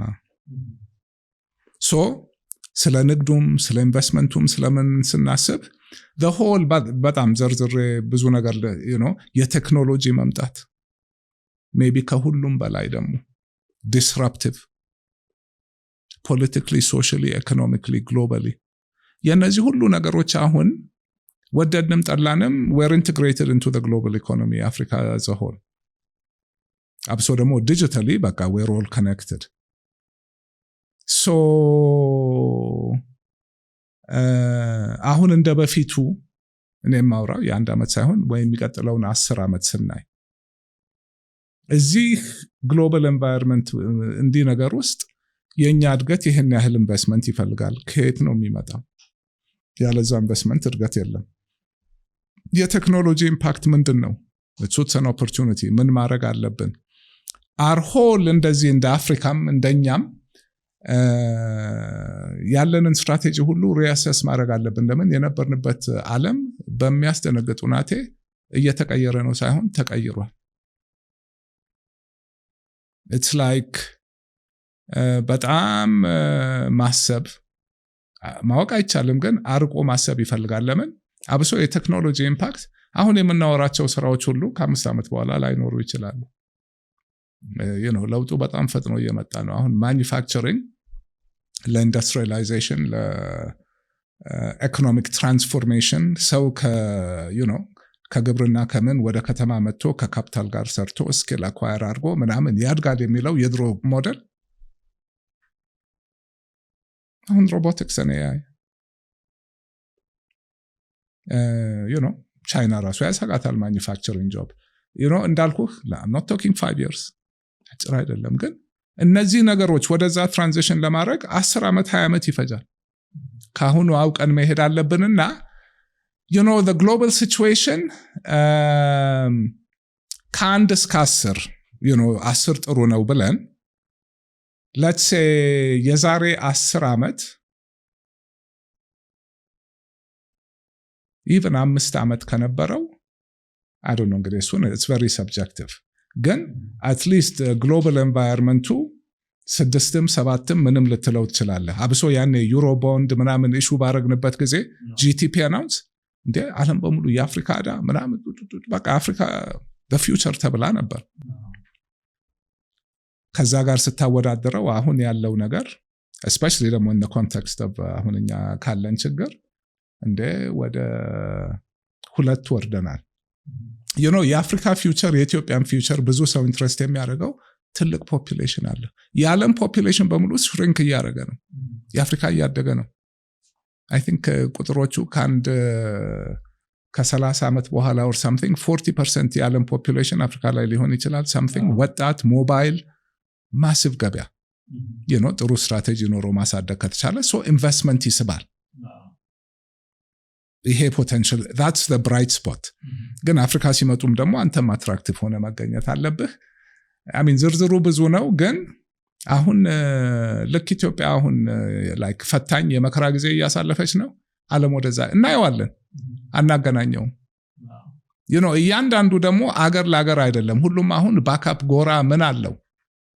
ሶ በአንድ ጦርነት ተነስቶ አሁን ዩክሬን ላይ እኮ ዩሮፕ ነው በዌስት ነው አሜሪካን ራሽያን የገጠመው። ሚድል ኢስት ስትመጣ የሁለት ሀገሮች ብቻ ውጊያ አይደለም። በየቦታ የምናየው ነገር ሁሉም ወደ በቃ ይሄ አሉ የሚባሉ ሀገሮች ወደ ውጊያ ተስበዋል። ያ ማለት እንደ ኢኮኖሚያቸው እየወደመ እኮ ነው። ለውድመት ማዕት ብር እየጠፋ ነው። ሰው አንሰርተንቲ ያለ ኢንቨስትመንት ምንና ኦቨርኦል ለግሎባል ሲቹዌሽን ሪስክ ስታይ አደገኛ ጊዜ እየመጣ ነው። ያ ማለት ግን ካሚንግ ባክ መሰረታዊ ጥያቄ እዚህ አፍሪካ አሁንም ኢንቨስትመንት እየመጣ ነው። ኢትዮጵያ አፍሪካ ላይ ትታያለች። እዚህ ጋር ደህና ነገር ካለ ይመጣል። ግን አሁን ስለ ኤክስፖርት ስናወራ ስትራቴጂክ ኢንዱስትሪ ለዚህ እኮ ነው ማርኬት አንድ ግለሰብ አንድ መንግስት ሊያውቀው አይችልም። you need the market ይህን ሁሉ ነገር ዳይጀስት አድርጎ ሪፖርት የሚያቀርብ so that investors know what to do። መንግስትም ለፖሊሲው እንትን ነው ኢንፎርሜሽኑ ወሳኝ ነው። ወደ ካፒታል ማርኬት ብንመለስ አንድ እኛ የብሩክን ኤፒሶድ ስንሰራ አናሊሲስ ለመስራት ሞክረን ነበረ። በአፍሪካ ደረጃ ያለው ፐርፎርማንስ ማለት ነው። ብዙ ኢኮኖሚ ላይ ያለ ግን ፐርፎርማንሱ ሰክሰስፉል አይደለም። ለምሳሌ ኬንያ ሲታይ ኦልሞስት አንድ ካምፓኒ ነው አብዛኛው ስቶክ ላይ ያለውና በደም ደግሞ ሰክሰስፉል ማርኬቶች ደግሞ ግሎባሊ በተለይ ሲታይ እንዳልከ ለምሳሌ የአንቶኒዮልስ ኤክስፒሪየንስ አይተን እንትን ብንልና ሜቢ ከዛ ኤክስፒሪየንስ ያየኸው ወደዚህኛው አፕላይ ለማድረግ ሰው አስፈላጊ ነው። መፍትሄ ለብዙ ነገር መፍትሄ ይሰጣል። ግን እና መጀመሩም ትክክለኛ ነገር ነው። አንዳንዴ ግን ኋላ ጀማሪ ስትሆን ደግሞ ጊቭስ ዩ አይደለ ከሌሎቹን ለሰኖችን ከመማር አንጻርና given your experience ከኮርስ ጋር ተያይዞ እና ሌላም የአፍሪካ አናሊሲስ ካረንት ማርኬትስ ላይ አናሊሲስ ካየኸው ወደ ኢትዮጵያ ምን ቢደረግ ነው አት ማክሲመም ዩቲላይዝ ማድረግ ምንችለው ያንን ኦፖርቹኒቲ ማርኬቱን ማን ነው ቤኔፊት የሚያደርገው? ምን አይነት አዳዲስ ፕሌየሮችን ይዞ ይመጣል ከኢንቨስትመንት ባንክ ውጪ ማለት ነው? መጀመሪያ ለስታርት ብዙ ጥያቄ ነው እዛ ውስጥ ያረከው። ግን ከመጀመሪያው መሰረታዊ ነገር ብዙ አፍሪካን ስቶክ ኤክስቼንጅስ ሰክሰስፉል አልሆኑም። የሰክሰስ ክራይቴሪያ ምንድን ነው? አንድ አይምሮ አይጠቅመኝም፣ ውጤታማ አይምሮ የለኝም፣ ደም ዝውውሬም እንደዛ ማለት አይቻልም። መሰረታዊ ነገሮች ናቸው። ጥያቄው ይሄ ሁሉ ታስቦ ተግባራዊ ተደርገው ግን በኢኮኖሚው አንጻር የተፈለገውን ያህል አላሳደጉ፣ ሞርም ሊያደርጉ ይችሉ ነበር። ኦኬ እንደው በቀን 3 መብላት ካልቻልክ አንዴ መብላትም ጥቅም አለው፣ ግን እመለስበታለሁ። ግን በዛም ማነሰም አልጠቀሙም ያለ የለም። የታሰበውን ያህል ውጤት አላመጡም ነው። ኦኬ ያ ደግሞ እንግዲህ ጥያቄው በየሀገሩ ደግሞ ውጤታማ የሆነበት ሀገር አለ፣ ያልሆነበት ሀገር አለ። ይሄ ማለት የአፍሪካ በሽታ አይደለም። ይሄንን ኢምፕሊመንት ያደረጉት ሀገሮች እንዴት ኢምፕሊመንት አደረጉት? እንዴት እንዲያድግ መንግስት ታክስ ፖሊሲ በለውም ኢንቨስትመንት ባንኮች መቋቋማቸውን ምን ተግባራዊ እንዲሆን መንግስት ምን ፋሲሊቴት አድርጓል? አሁን የኬንያ ስቶክ ኤክስቼንጅ ላይ ናይሮቢ ካፒታል ማርኬት አንድ ኩባንያ 80% መሆኑ ለኔ ፌሌር አይደለም።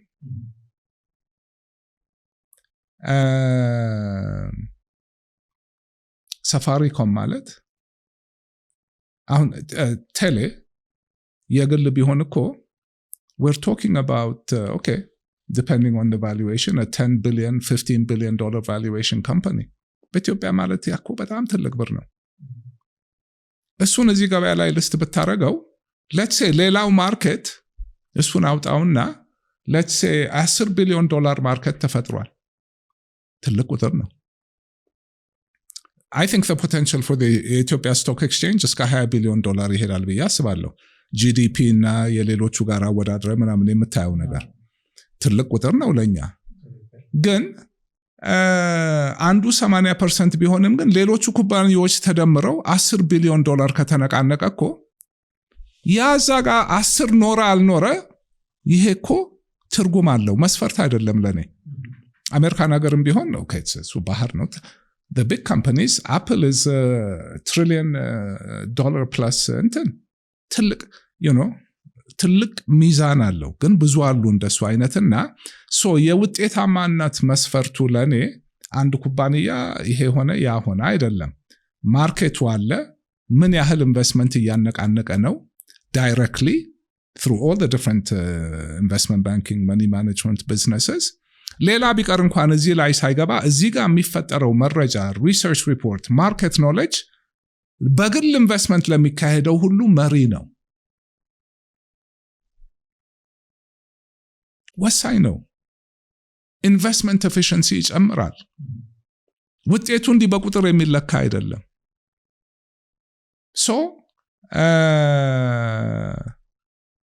yes of course ከዛ ደግሞ በየሀገሩ የአፍሪካ በጣም የተለያዩ ሀገሮች ናቸው በብዙ መልኩ። ለኔ አሁን የኬንያ ካፒታል ማርኬት ውጤታማ ነው። ኖርት አፍሪካ አሉ፣ አንዳንድ ሀገር ደግሞ በቃ ዝም ብሎ ተከፍተው ምንም የማይሰሩ አሉ። የነሱ ድክመት ነው። እኛ ሀገር እንዲሁ ምንም በሌለበት እንዴ ስንት 100,000 ሼር ሆልደር አለ፣ ስንት ኩባንያ ተቋቁሟል፣ ማአት ነገር አለ። ኦልሬዲ ኦን ዘ ግራውንድ ያለው ስቶክ ኤክስቼንጅ ፕሮባብሊ አፍሪካ ውስጥ ቶፕ 5 ይከተናል። ምንም አዲስ በቃ ይሄ ባንኮቹ ምኖቹ ምናምን ቴሌ ምናምን ልስ ቢደረግ አንዱ ትልቁ ሆነን ቁጭ እንላለን። ማአት ሰው አለ፣ ማአት ገንዘብ አለ። ኢንቨስትመንት ኦልተርናቲቭ የለም። ከባንክ ወጥቶ ይንቀሳቀሳል ይሄ ገንዘብ። ሞር ኢንቨስትመንት ሊንቀሳቀስ ይችላል። ከሌላው የተሻለ ውጤት አካሄድህ ነው ውጤቱን የሚወስነው። ትልቅ ኢኮኖሚ አለን፣ ትልቅ ለዚህ ሰርቪስ ክፍተት ያለ ነገር አለ። አንድ እሱ ነው። ሁለተኛ ግን እኛ ስለ ትሬዲንጉ ነው የምናስበው። አሁን ካፒታል ብዙ አይነት አለ። ስቶክ የመጨረሻው እዚህ ጋር ነው ያለው። ብሎ ሲጀመር እኛ ሀገር የሌለው ቬንቸር ካፒታል ታስፈልጋለች። ከፍ ሲል ፕራይቬት ኤኩቲ ይፈልጋል።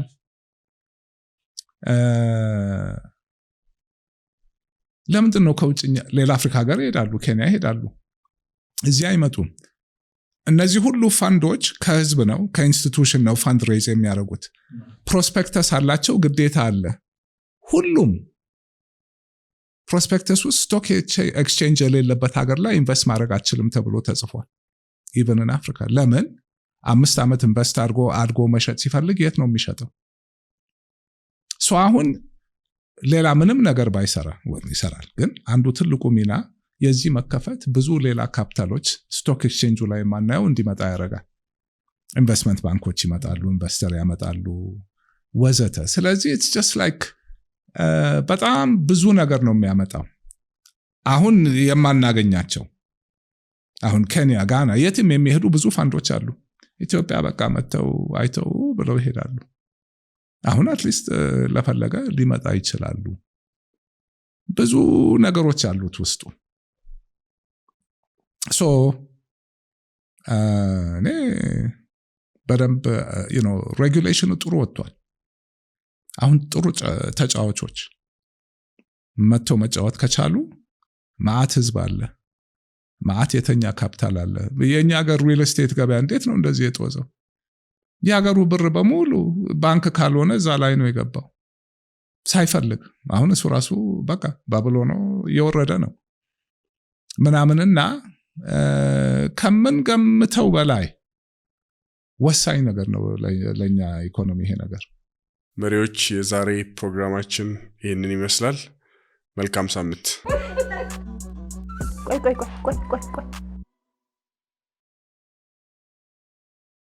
ለኢንስታግራም ታጋርጊ እንዳትረሺ። Buncho Coffee.